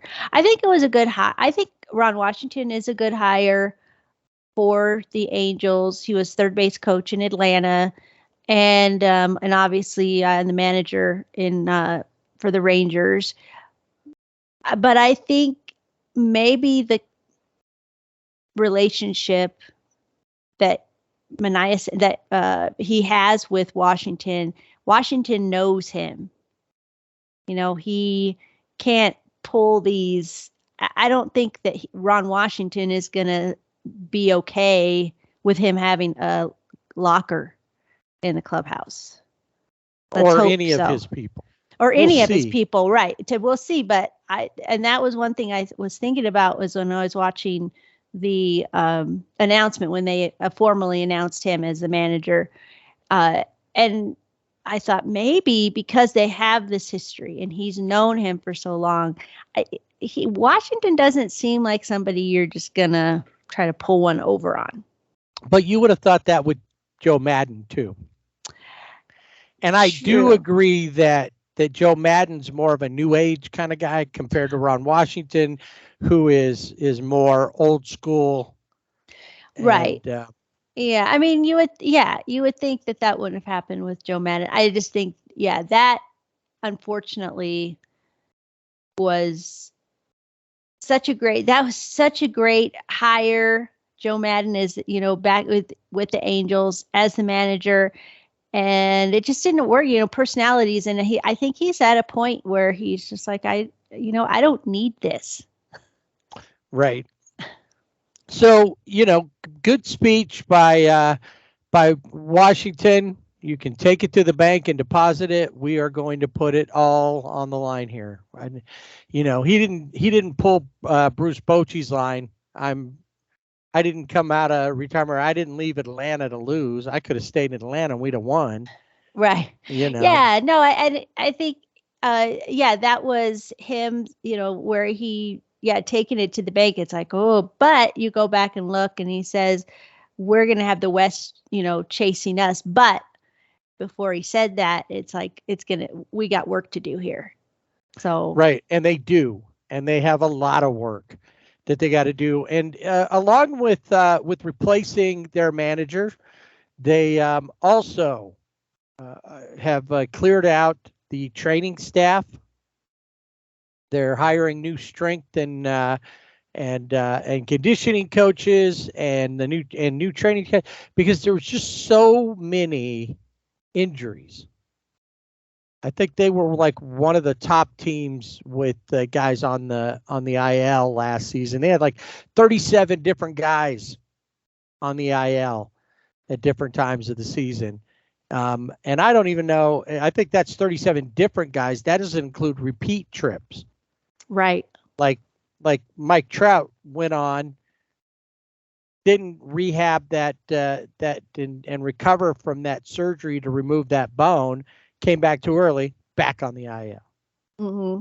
Same thing with Rendon. started out on, ends up, starts on, gets off, back on. Yeah, and so it makes then- you wonder, like, what was going on in the strength and training department? You know, because that's their job. Like, that's their job to make sure that the players are healthy, and they weren't. Yeah, that's the whole question is, where did things fall off for them? Was it part of that? How much of this could be, the mental attitude of some of these guys? We know that Anthony Rendon's attitude was bad, Mm-hmm. and it showed. It almost feels like he doesn't even want to play baseball. Right. Yeah, that was my thoughts, is that especially as we got in later into the season, where we were seeing those reports of, Anthony Rendon was in the clubhouse and I went to talk to him, a reporter went to talk to him, and it's, no habla español, or English, español, English, I'm on the dead list. I don't have to talk to you guys. Right. I don't, leave me alone kind of attitude. And that doesn't go over well. And when you're a reporter and you write about it and how you write about it, regardless of those kind of things are, that would, for me, if I'm in there, I'm in the clubhouse interviewing, that'd tick me off. Like, hey, come on. Give me something. He could have at least said a little something and went on and not seem so contentious, and not make it seem like that he's like I said, that he just doesn't care. Right, and that's what I mean when you're writing these articles. That is how it came across, that he doesn't care to be on the team. He doesn't care to be playing baseball. He doesn't care. So it's like, why are the Angels paying him all this money to do absolutely nothing, other than to be, snotty, right? To not do anything, not even really, seeing his rehab workouts. He hardly put any effort into that either. And we did see some videos of that through the season. I mean, maybe that is with him where he needs to make that decision to say, you know what, have always, I've loved playing baseball. I just don't love it anymore. Not like I used to. And this is the best thing for my family. Whatever. Yeah, I don't want to make the commitment anymore and move on. Yeah, I don't. Yeah, I mean, I think about, I used to watch, especially, with Dad, PBR. And a lot of those bull riders, you got to be young and kind of dumb to a certain extent to get on the back of a bull. But they were smart, obviously. And they said it, when I don't want to get on the back of a bull anymore, when I don't feel that exhilaration, that of being in the chute, I'm done. And you saw a lot of them do that. And also some of them because they'd had, some pretty bad injuries. But I look at like Justin McBride, who was like, 2-time, 3-time world champion, however many times. And he was pretty, he could have still ridden bulls, but he was like, nope, it's just not my thing anymore. And maybe that's what Anthony Rendon needs to maybe do some deep introspection. He needs to do it sooner than later. Yes. So that the Angels can figure out, what they're going to do there. Right. Because do you look at somebody, say, like Heimer Candelario, and try to pick him up as a third baseman, stuff like that, to cover that spot. There's talk too. Tim Anderson is somebody that's came up under the Angels now that he's available. But question is Zach Neto seems to be the guy that you want to stick with. Do you bring Tim Anderson in, who's going to expect to play? And if you do bring him in, I have heard that he would be willing to play second base. Mm-hmm. But a lot of questions like that. I think the first things that the Angels need to look at, number one, is can they recover the progress that some of the pitchers had made previously, but stepped backwards on this last season. Yeah. Especially like Patrick Sandoval being one who looked really good 2 seasons ago. And this season, he just was having constant issues. We need Mike Trout to be healthy, but I also think we need to consider Mike Trout moving to a corner. I think so too, but I think Mike Trout also has taken a step back in what he should be. And this is just me watching, just looking at things. I just always feel like he's kind of taking himself out of a leadership role that he should have within the team. And I think some of that is because it's like, oh, well, everybody's looking at Ohtani. So But I don't think they're looking at Ohtani that way. If he's saying that, then he's misreading everything. Ohtani he's been in the league for over 10 years. Ohtani's been in what, 3? Right. 6. I'm sorry, 6 now. Yeah. No, I get that. And I'm not a mind reader, but I just feel like sometimes that Mike Trout should be the one that should be the fire, especially with those young guys. And I don't see that with him. And I think maybe he has taken somewhat of a step back himself, and maybe because he had an injury last season, he had an injury this season. He has been where he's been on the IL for extended period. Last season, they didn't even know if he was going to come back and play. If it was ever exactly. So I wonder. There's a lot of mental stuff that goes on, especially in sports, and so I would like to see Mike Trout be more of a leader. And maybe it's not, and maybe he does it, but he does it in his own way. Cause he's not, I don't know. He just is not that. He doesn't have to be out on the field being the rah-rah guy, but right. There's a good thing. And I mentioned this during the season. Mike Moustakas took Kieran Paris, a rookie, aside who made a bad base running error, and talked to him about it. And said, hey, and he made an error out on the field. He was the guy who stepped in and said, hey, this is what we got to do. He didn't let him just sit there. That's where Mike Trout should be. Yeah. Should be calling those things out. Mike Moustakas can do it as well, but Mike Trout should be the guy who's like, hey, we got to be in there on this. We can't let these things go. And he doesn't do that. And he's also not on the field to show them how it's done, to lead by example that way. Right. So I think that he and Rendon should be in that kind of a position too. I agree. Are absent. Yeah. There's a lot of broken parts for the Angels. So now it's going to be a big job, I think, for Ron Washington and his new, his coaching staff to figure out how to best, how do you mend these players, but then get them to gel. I know that when he was announced at the, as the manager, formal announcement, there were, players there, like, I think Pablo Sandoval was there. Sandoval, he wouldn't have been there. No, Patrick Sandoval. The Panda was not there. He was not there. I don't know why. Patrick Sandoval. I think even Vicky a couple of other was there. Yeah, thanks. I was like, I know it was a rookie. And they're excited. So then it's got to be, we have these rookies, which we saw the Angels trot out a lot of rookies.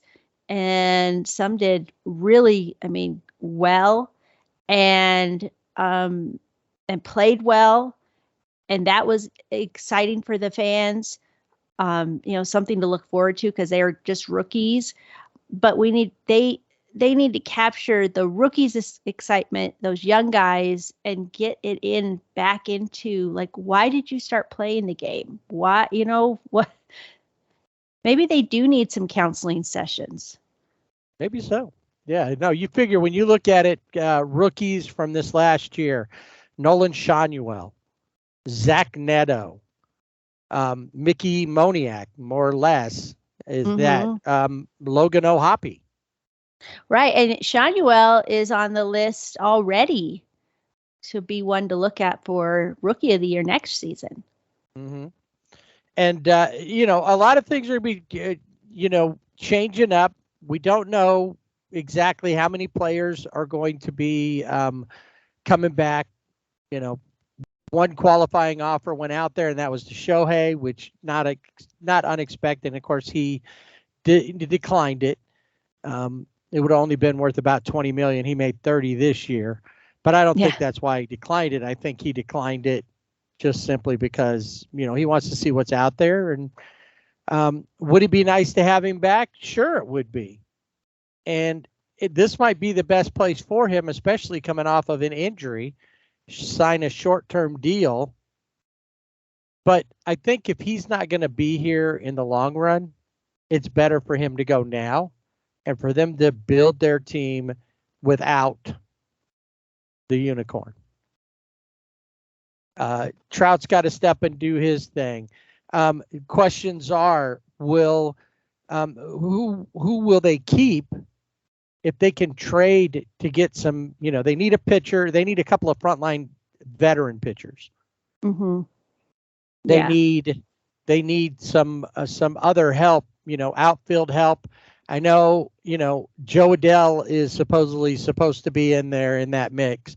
But he hasn't proven anything yet. It's not to say that he can't, but I doubt that he's going to do that. Luis Rengifo.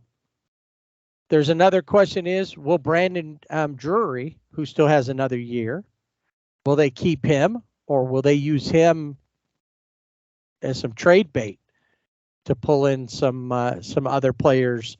And, will they bring back somebody like Gio Urshela, who he got injured, but he was really, a great guy to have around.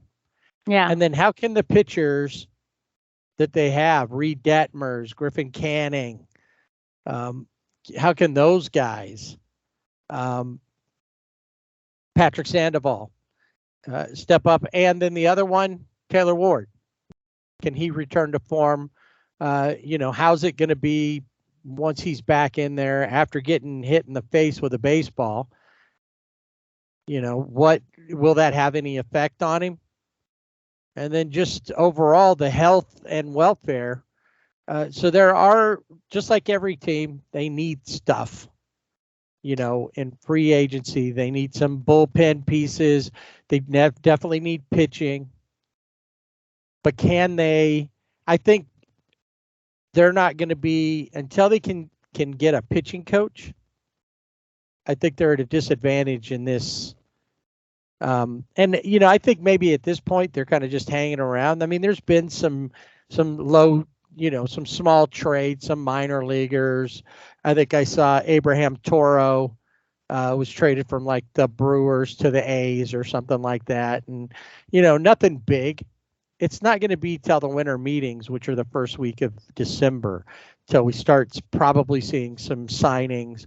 And that everybody's being tight-lipped about any talks with Ohtani, including the Angels. Definitely the Dodgers aren't saying anything about it. So, like I said, you have to build this team as if he's not going to be here. And then when he is, great. And if not, then you're already on your way. And trying to sign, like I said, without a pitching coach, will these guys look at who's, I don't know who's going to be there. I don't know how that's going to work, or are they not going to worry about it? Just come in because they want to play for Ron Washington, or they want to, and the one thing that they did do was they brought back a guy who had been part of their development program, Dom Cheedy, who had been reassigned, and a lot of people were very, very happy with that move. So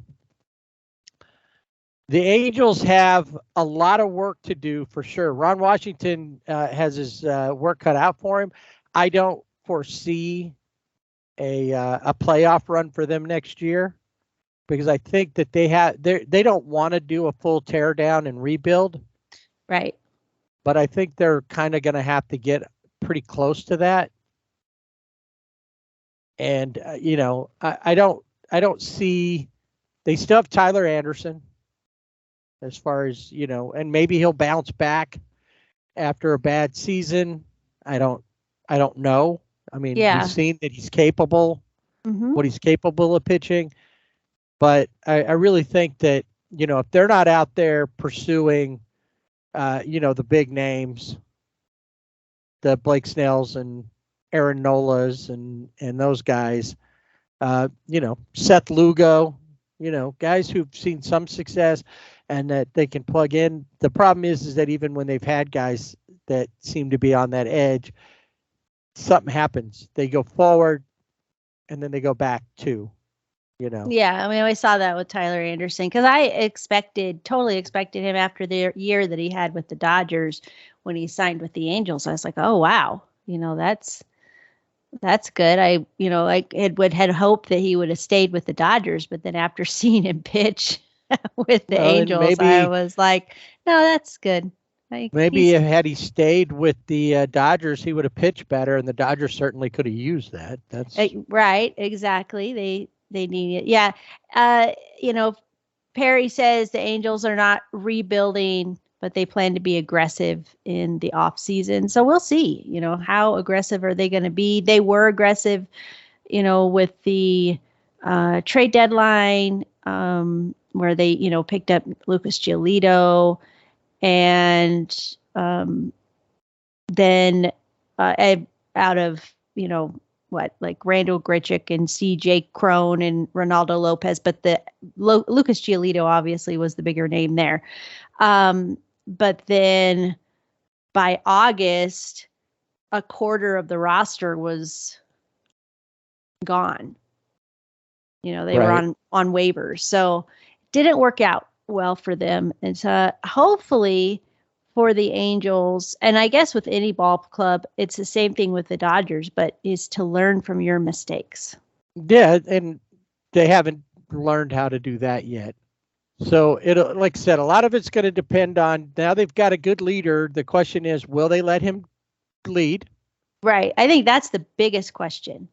And will Perry be able to build a good club? Can you convince people to come? Good job with Wash.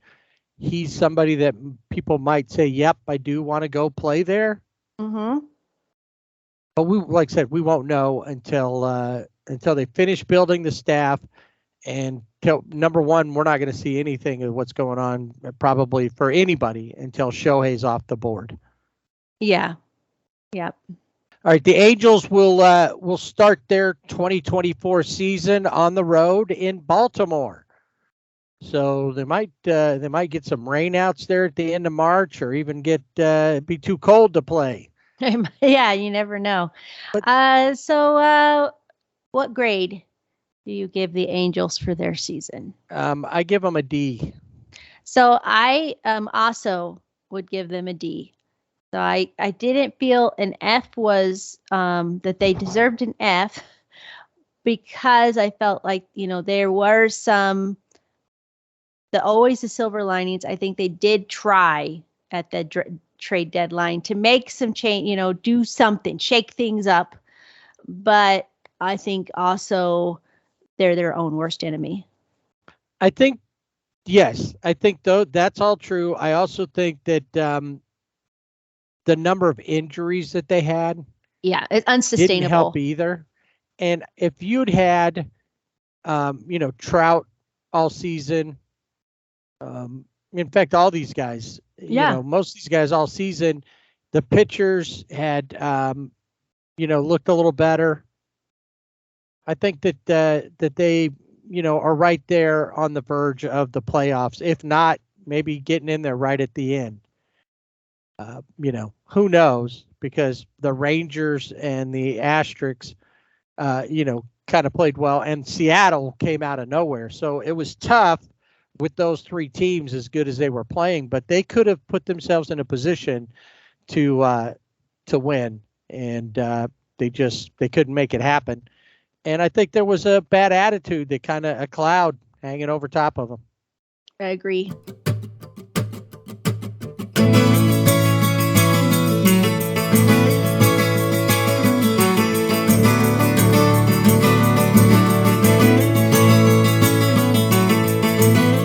We mentioned that the Angels have picked up a new manager. There have been a couple other managers that now have jobs, and we'll get to those and a couple other things that maybe we've heard about. But first, let's take a look at who won the end of season awards. And let's do it right in the same order. We'll start with the rookies of the year. Both of these guys were unanimous picks. And the American League Rookie of the Year? Gunnar Henderson of the Baltimore Orioles. Also my pick when I voted in the IBWAA awards. And I would have voted for him as well. And then a guy who we talked about more than we talked about Gunnar throughout the season. And for a moment, we thought he may very well have fallen out of the race, but he picked it all back up. And for the National League, unanimous choice, Corbin Carroll. Yeah. Of the Diamondbacks. Another not surprised to see him. I think James Outman was in there. He finished third. But yeah, Corbin Carroll, it was, and you see that I think with rookies, sometimes with rookies, they start out and they're just like on fire. And then he faltered a little bit, but like you said, he picked it back up, and not being obviously the rookie of the year doesn't go take into account the postseason, but that's just more good experience for him. Obviously, without his push at the end of the season, they may not have been in the postseason. Yeah. So he helped get them there. All right, let's go to a non-unanimous category. Two guys that were managers of the year. Yeah, we talked about this last week. And so the Miami Marlins, this might have been a surprise for some, but Skip Schumacher. That's who I would have picked had I remembered to vote.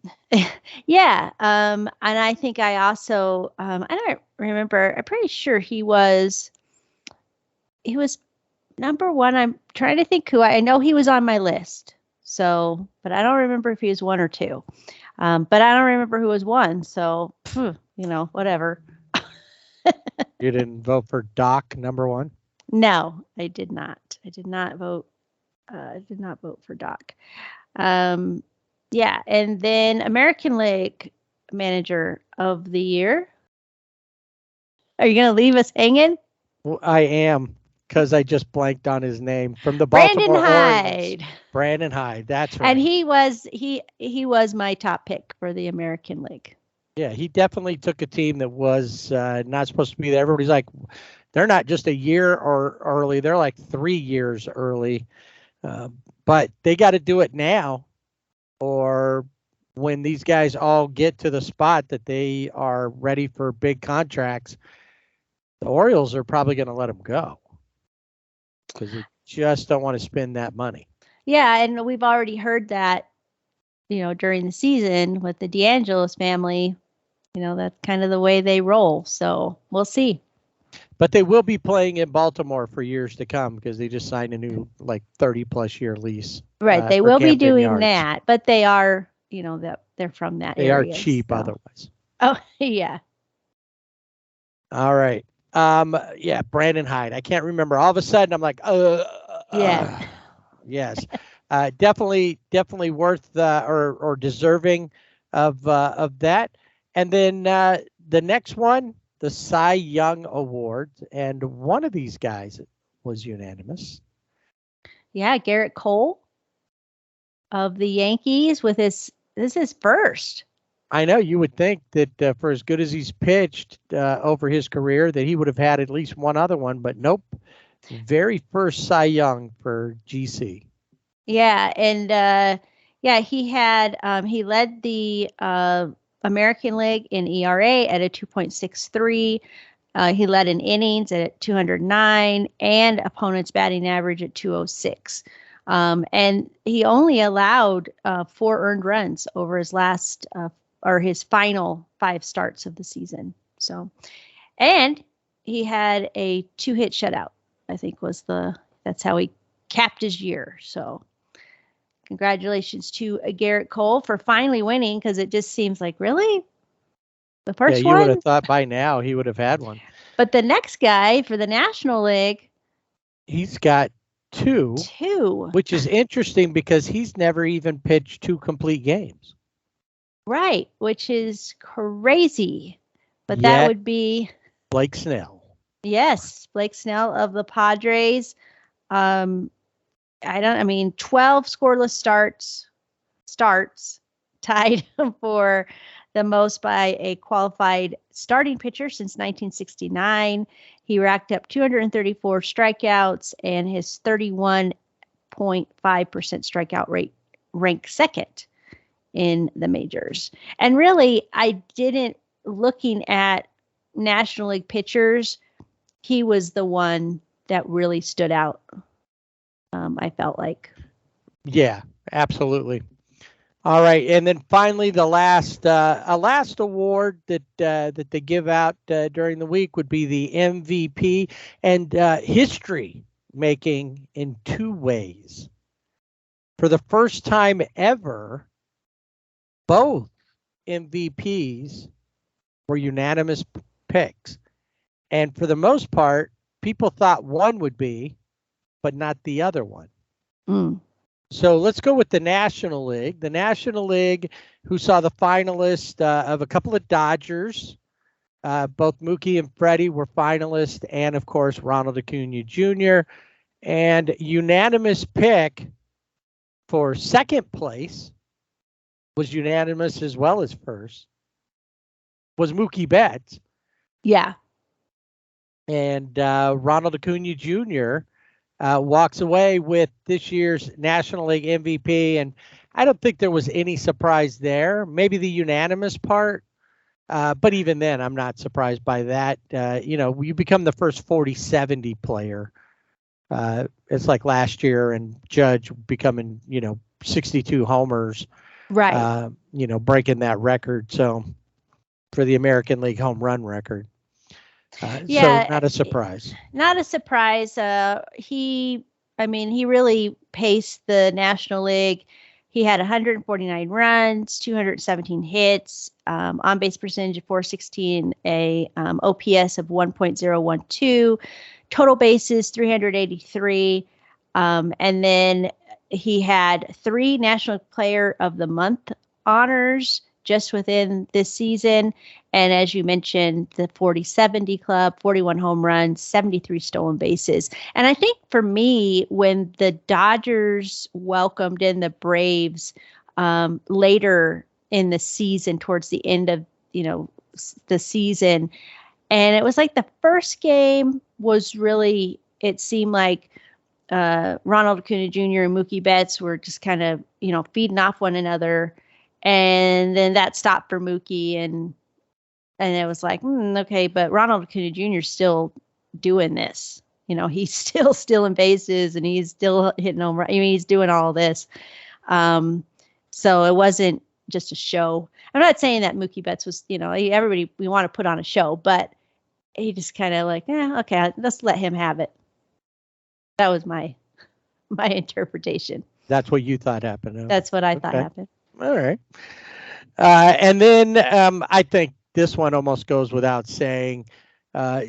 Just when you look at how he batted, and then you think about that he missed the whole last month of the season pretty much, and still led in so many different categories. I think he still led the Angels in every category in both hitting and pitching pretty much. And the interesting thing is I mentioned Acuna's stats. He led the National League This next guy led MLB in slugging, OPS, and the stat that is WRC plus, which is weighted runs created plus. So 100 is league average. 150 would be 50% above league average. And Shohei. Oh, did I just give it away? I think you did, but I said Angels, so. But he led in, those. He didn't play the last month, and he still led Major League Baseball. So it wasn't his league, just his league. It was everybody. And he's won it twice, and it's both times have been unanimous. And we also found out that the real MVP is Shohei's dog. Yes, he is. That was awesome. First time ever that someone has won the MVP multiple times unanimously. No other player who has won multiple times has ever won it unanimously both times. So Shohei, who knows where he's going to be next season? Most people figure he's not going to be an Angel. So I think, honestly, I think that the only place that he goes that most people won't be surprised is the Dodgers. If he goes there, everybody pretty much has them high on their list. The odds makers have them as the favorite. The Angels are down towards the bottom. I still wouldn't be surprised if he comes back, and not necessarily because he sees it and says, "Oh, things are going to be better." I think he'll do this because he wants to put himself in a position to rehab and show the world that and he's comfortable there. Yeah. And hopefully that's the Angels. If he comes back, that the Angels build with him in mind, and they can get the right pieces and find their way into the playoffs. So those are the awards where you get a piece of metal, but in one award or plaque, yes, you usually get a plaque. But then you go to the dentist and they scrape it off, and it doesn't last long. No, or just don't go to the dentist. Yeah, that'd be gross. So this is the Baseball Writers Association that votes on these awards. As we mentioned, we are members of the Internet Baseball Writers Association of America, which also does include some of those guys that are part of the BBWAA. And one of the things that the IBWAA gives is the reliever of the year.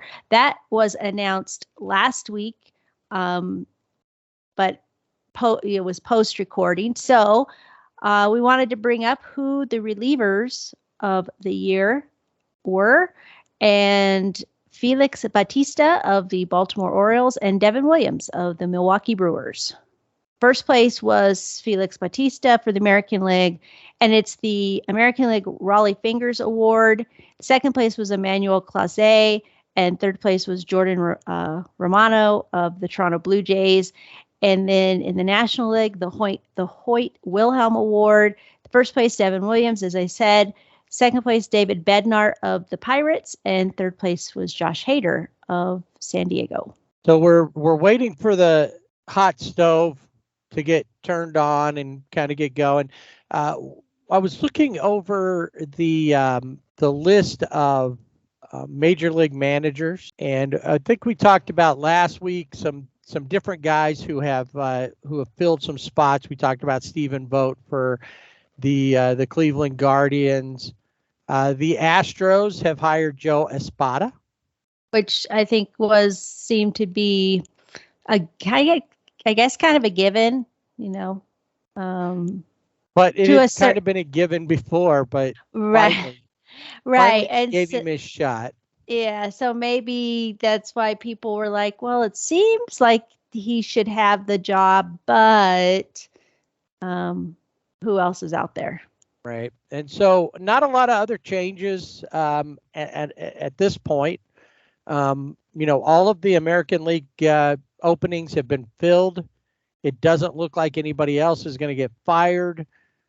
Things can change there. In the National League, we know that Torey Lovello got an extension that was more than just a year. He got a couple of year extension, I think, through the 2026 season, as I recall. We know Craig Counsell went to the Cubs. We talked about that last week. So really, we're at a spot where only one spot is vacant, because the Brewers, they went and promoted their bench coach, Pat Murphy, who, is interesting about him. He's been the bench coach there, I think, for like 8 years. Yeah. He was an interim manager for the Padres when Bud Black, he took over for Buddy Black when they fired him.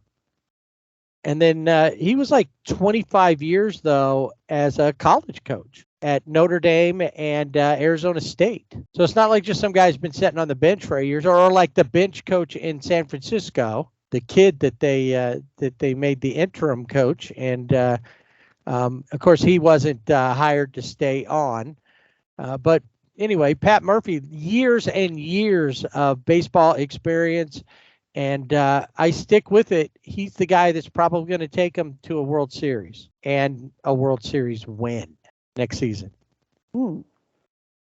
So only the Padres are looking for somebody else. We mentioned Bob Melvin is now with the Giants, back in the Bay Area. He was with the A's, then left to go to the Padres, spent a couple seasons there, and then realized he liked the Bay Area better than San Diego, different parts of California. And and the Mets, we talked about that they picked up the Yankees bench coach, Carlos Mendoza, is their first time manager. And then one thing that we're wondering that just recently happened, what the effect will be. We go back to the Padres, their owner, Peter Seidel, just passed away. And it's like, what kind of an effect will that have on the team? I'm sure day-to-days and everything continue on, but he was very, very much a part of that and a big fan of his team. And that's I've heard a lot of players, a lot of old players, current players that to remain nameless, but a lot of them are talking about we need owners like the NBA has, like NFL has, where they're owners that are fans as well as owners.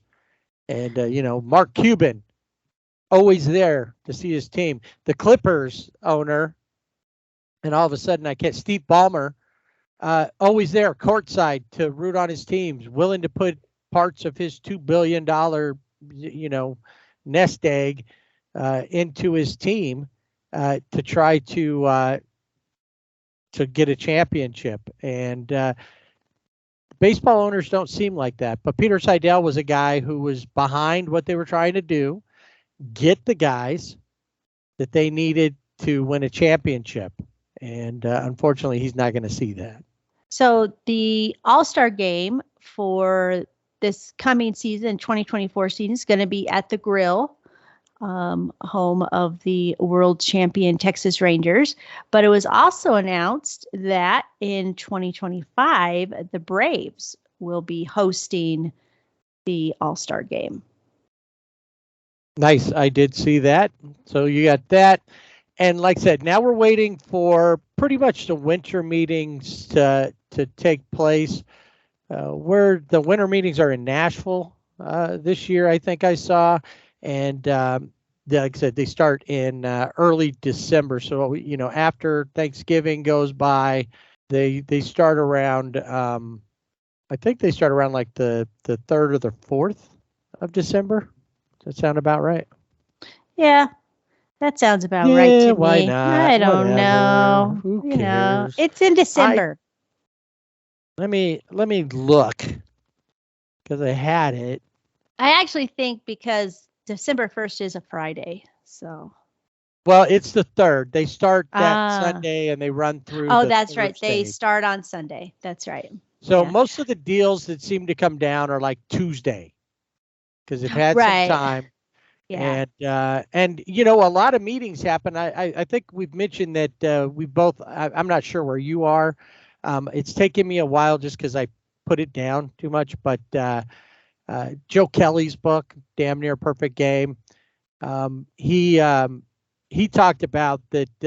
You know, his agents telling Andrew Friedman, and the Dodgers, nobody's leaving this room until a deal. And pretty much in the middle of the night, they called Joe to tell him what was going on. And like early in the morning, they said, okay, we got a deal. When he first came to the Dodgers. So there's going to be meetings like that. There's going to be guys who at the end of this are going to go and sleep for a week. But those aren't going to be the GMs, because that means that things are just starting. Yeah. So- And another real quick, something else that happened with the owners vote, and I think this is not a surprise, but the owners have approved the A's relocating to Las Vegas for 2028. Right. So now, what are they going to do? They have one more season on their lease in Oakland. Yeah, awkward. And if Oakland wants to really be, you know, cruddy about it, Yeah. they say, yeah, we're not renewing your lease. And they could very well And then decide to do that. the talk is that the team down there, I can't ever remember. The best team they ever had was the Area 51ers, but now I Right. think they're the Aviators or Yeah. something in Vegas. Mhm. They'll have to do some stuff to their stadium, but they are a AAA team, so they have a little better stadium, and they're willing to share with the A's, so the A's can start playing in Vegas right away. I don't think it's going to matter, because Aviators are probably going to draw more than the A's are anyway. And I don't Yeah. mean that to be snarky about it. I just mean that they have a fan base built up there. That's true. And the A's fan base is primarily in Oakland. Right. It's what is the fan base in Las Vegas? Because I think Dodgers obviously, I think, play a part in that fan base. But I don't know. I think the Dodgers have it. I mean, any of the teams here in California could Right. potentially have a fan base there. But the problem is they're saying we're in a small market, which isn't technically true, because they're in the Bay Area, and between San Francisco and Oakland and all of that area. They're, you know, San Francisco's got between San Francisco and the Oakland A's, and then San Jose. And a lot of people don't realize San Jose is bigger population wise, and well, everything's bigger than San Francisco space wise. San Francisco is 49 square miles. But San Jose's got over 1 million people. That's the third largest city in California. San Francisco's around 750, and Oakland's close to like around 400. They're going to go down to Vegas that has a much smaller population. Yeah. And there's not like, it's not like there where there's a lot of big towns close by and that the population goes out like it is down in Southern California. They're going to be going to a really tiny market comparatively.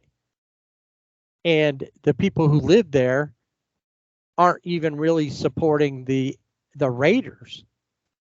Yeah. We don't know how they're gonna do, and they're hoping that, and the Raiders only play once a week, so they can count on the tourists to go in. Well, that would be the other thing for the A's, is that probably, at least, you know, unless they can, you know, build up that fan base. But at first it's going to be a lot of, you know, the opposing team, you know, hey, we're in Vegas and we'll see a ball game. Right. What about the games in the middle of the week? People are there on the weekends. Yeah. They're not coming on a Tuesday necessarily and during also, the summer. Yeah, Maybe I mean, because they took a during whole the week to s- go. But yeah, but who goes to Vegas during the summer? That's like you know, there's people who are that. super hot, Mm. like face of the sun, like you're. Well, and I mean, I but was they there in are, October and it was warm. but they are going to put a retractable roof there, But whereas they have before to, they weren't going to. But right? it's like it gets too hot there to not do that. Yeah, I mean, that would just be, you have to think of the player's health and, what are they going to be on IVs because they're dehydrated? Mm-hmm. Yeah, it's just a lot. But yeah, so that happened. But again, it's not a surprise, but it will be interesting to see how it plays out. So yeah, the 2023 winter meetings will be at the Gaylord Event Center and resort there, which I have stayed there. It is an incredible hotel. Used to be part of it. It's right next door to the Grand Ole Opry. Yes. And the Opry Mills Mall, and the parking lot for the most part used to be Opryland, which was so great. Park. So great memories of going to Opryland. Mm-hmm. My senior trip was the last time I went to Opryland.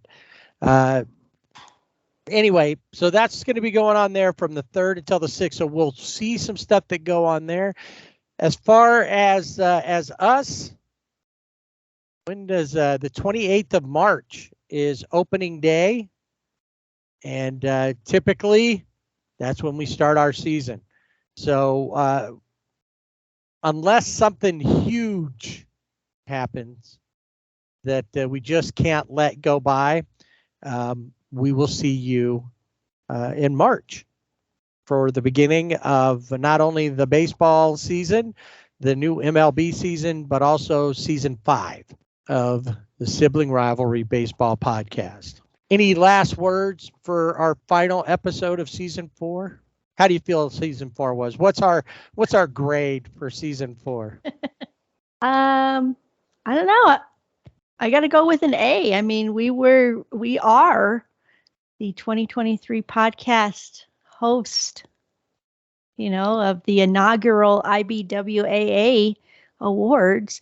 And but does it count? Because the postseason, that the possibility of throwing out a first pitch, Well, I think the fact that could happen, that's good. But until, I mean, you got that in this season. Yes, so that's true. that supports that as well. I would give us an A-, B+. Yeah, no, I would say a 89, 90. Somewhere there. I'm not going to say 100%, not even 95. We had our moments. We did have our moments. And then one last thing before we go. We were asked to submit some materials for an upcoming podcast award. Not sure where we stand with that. They're still in the early stages of that, but watch our social media, because at some point it goes from being selected. So if we make the first round, then the second round is public voting, and we may ask for some help there if we make it to the second round. We don't know where we're going to be, but it was nice to be asked, hey, you guys want, please submit your these things so that we can consider your podcast for this award. So we'll tell you, like I said, watch our social media for that. And once again, the social media is Twitter at Sibling Rivalry BB without the A. And on Facebook and Instagram at Sibling Rivalry BB with the A. All right. And our website, siblingrivalrybb.com. You can go there, hit the Fanatics link to get some gear. They've got winter gear showing up from your favorite baseball teams and any other of your favorite teams. And while you're there, you can also check out our walk-up songs for the last couple of seasons. I did notice that it does not yet say on our website about our IBWAA awards yet? It And will. it should be flashing and blinking lights. It will, because I do have, as we've been doing this podcast, actually we started this in March of 2020. I started in August of 2020 working on my master's degree, and I will be graduating Bragger.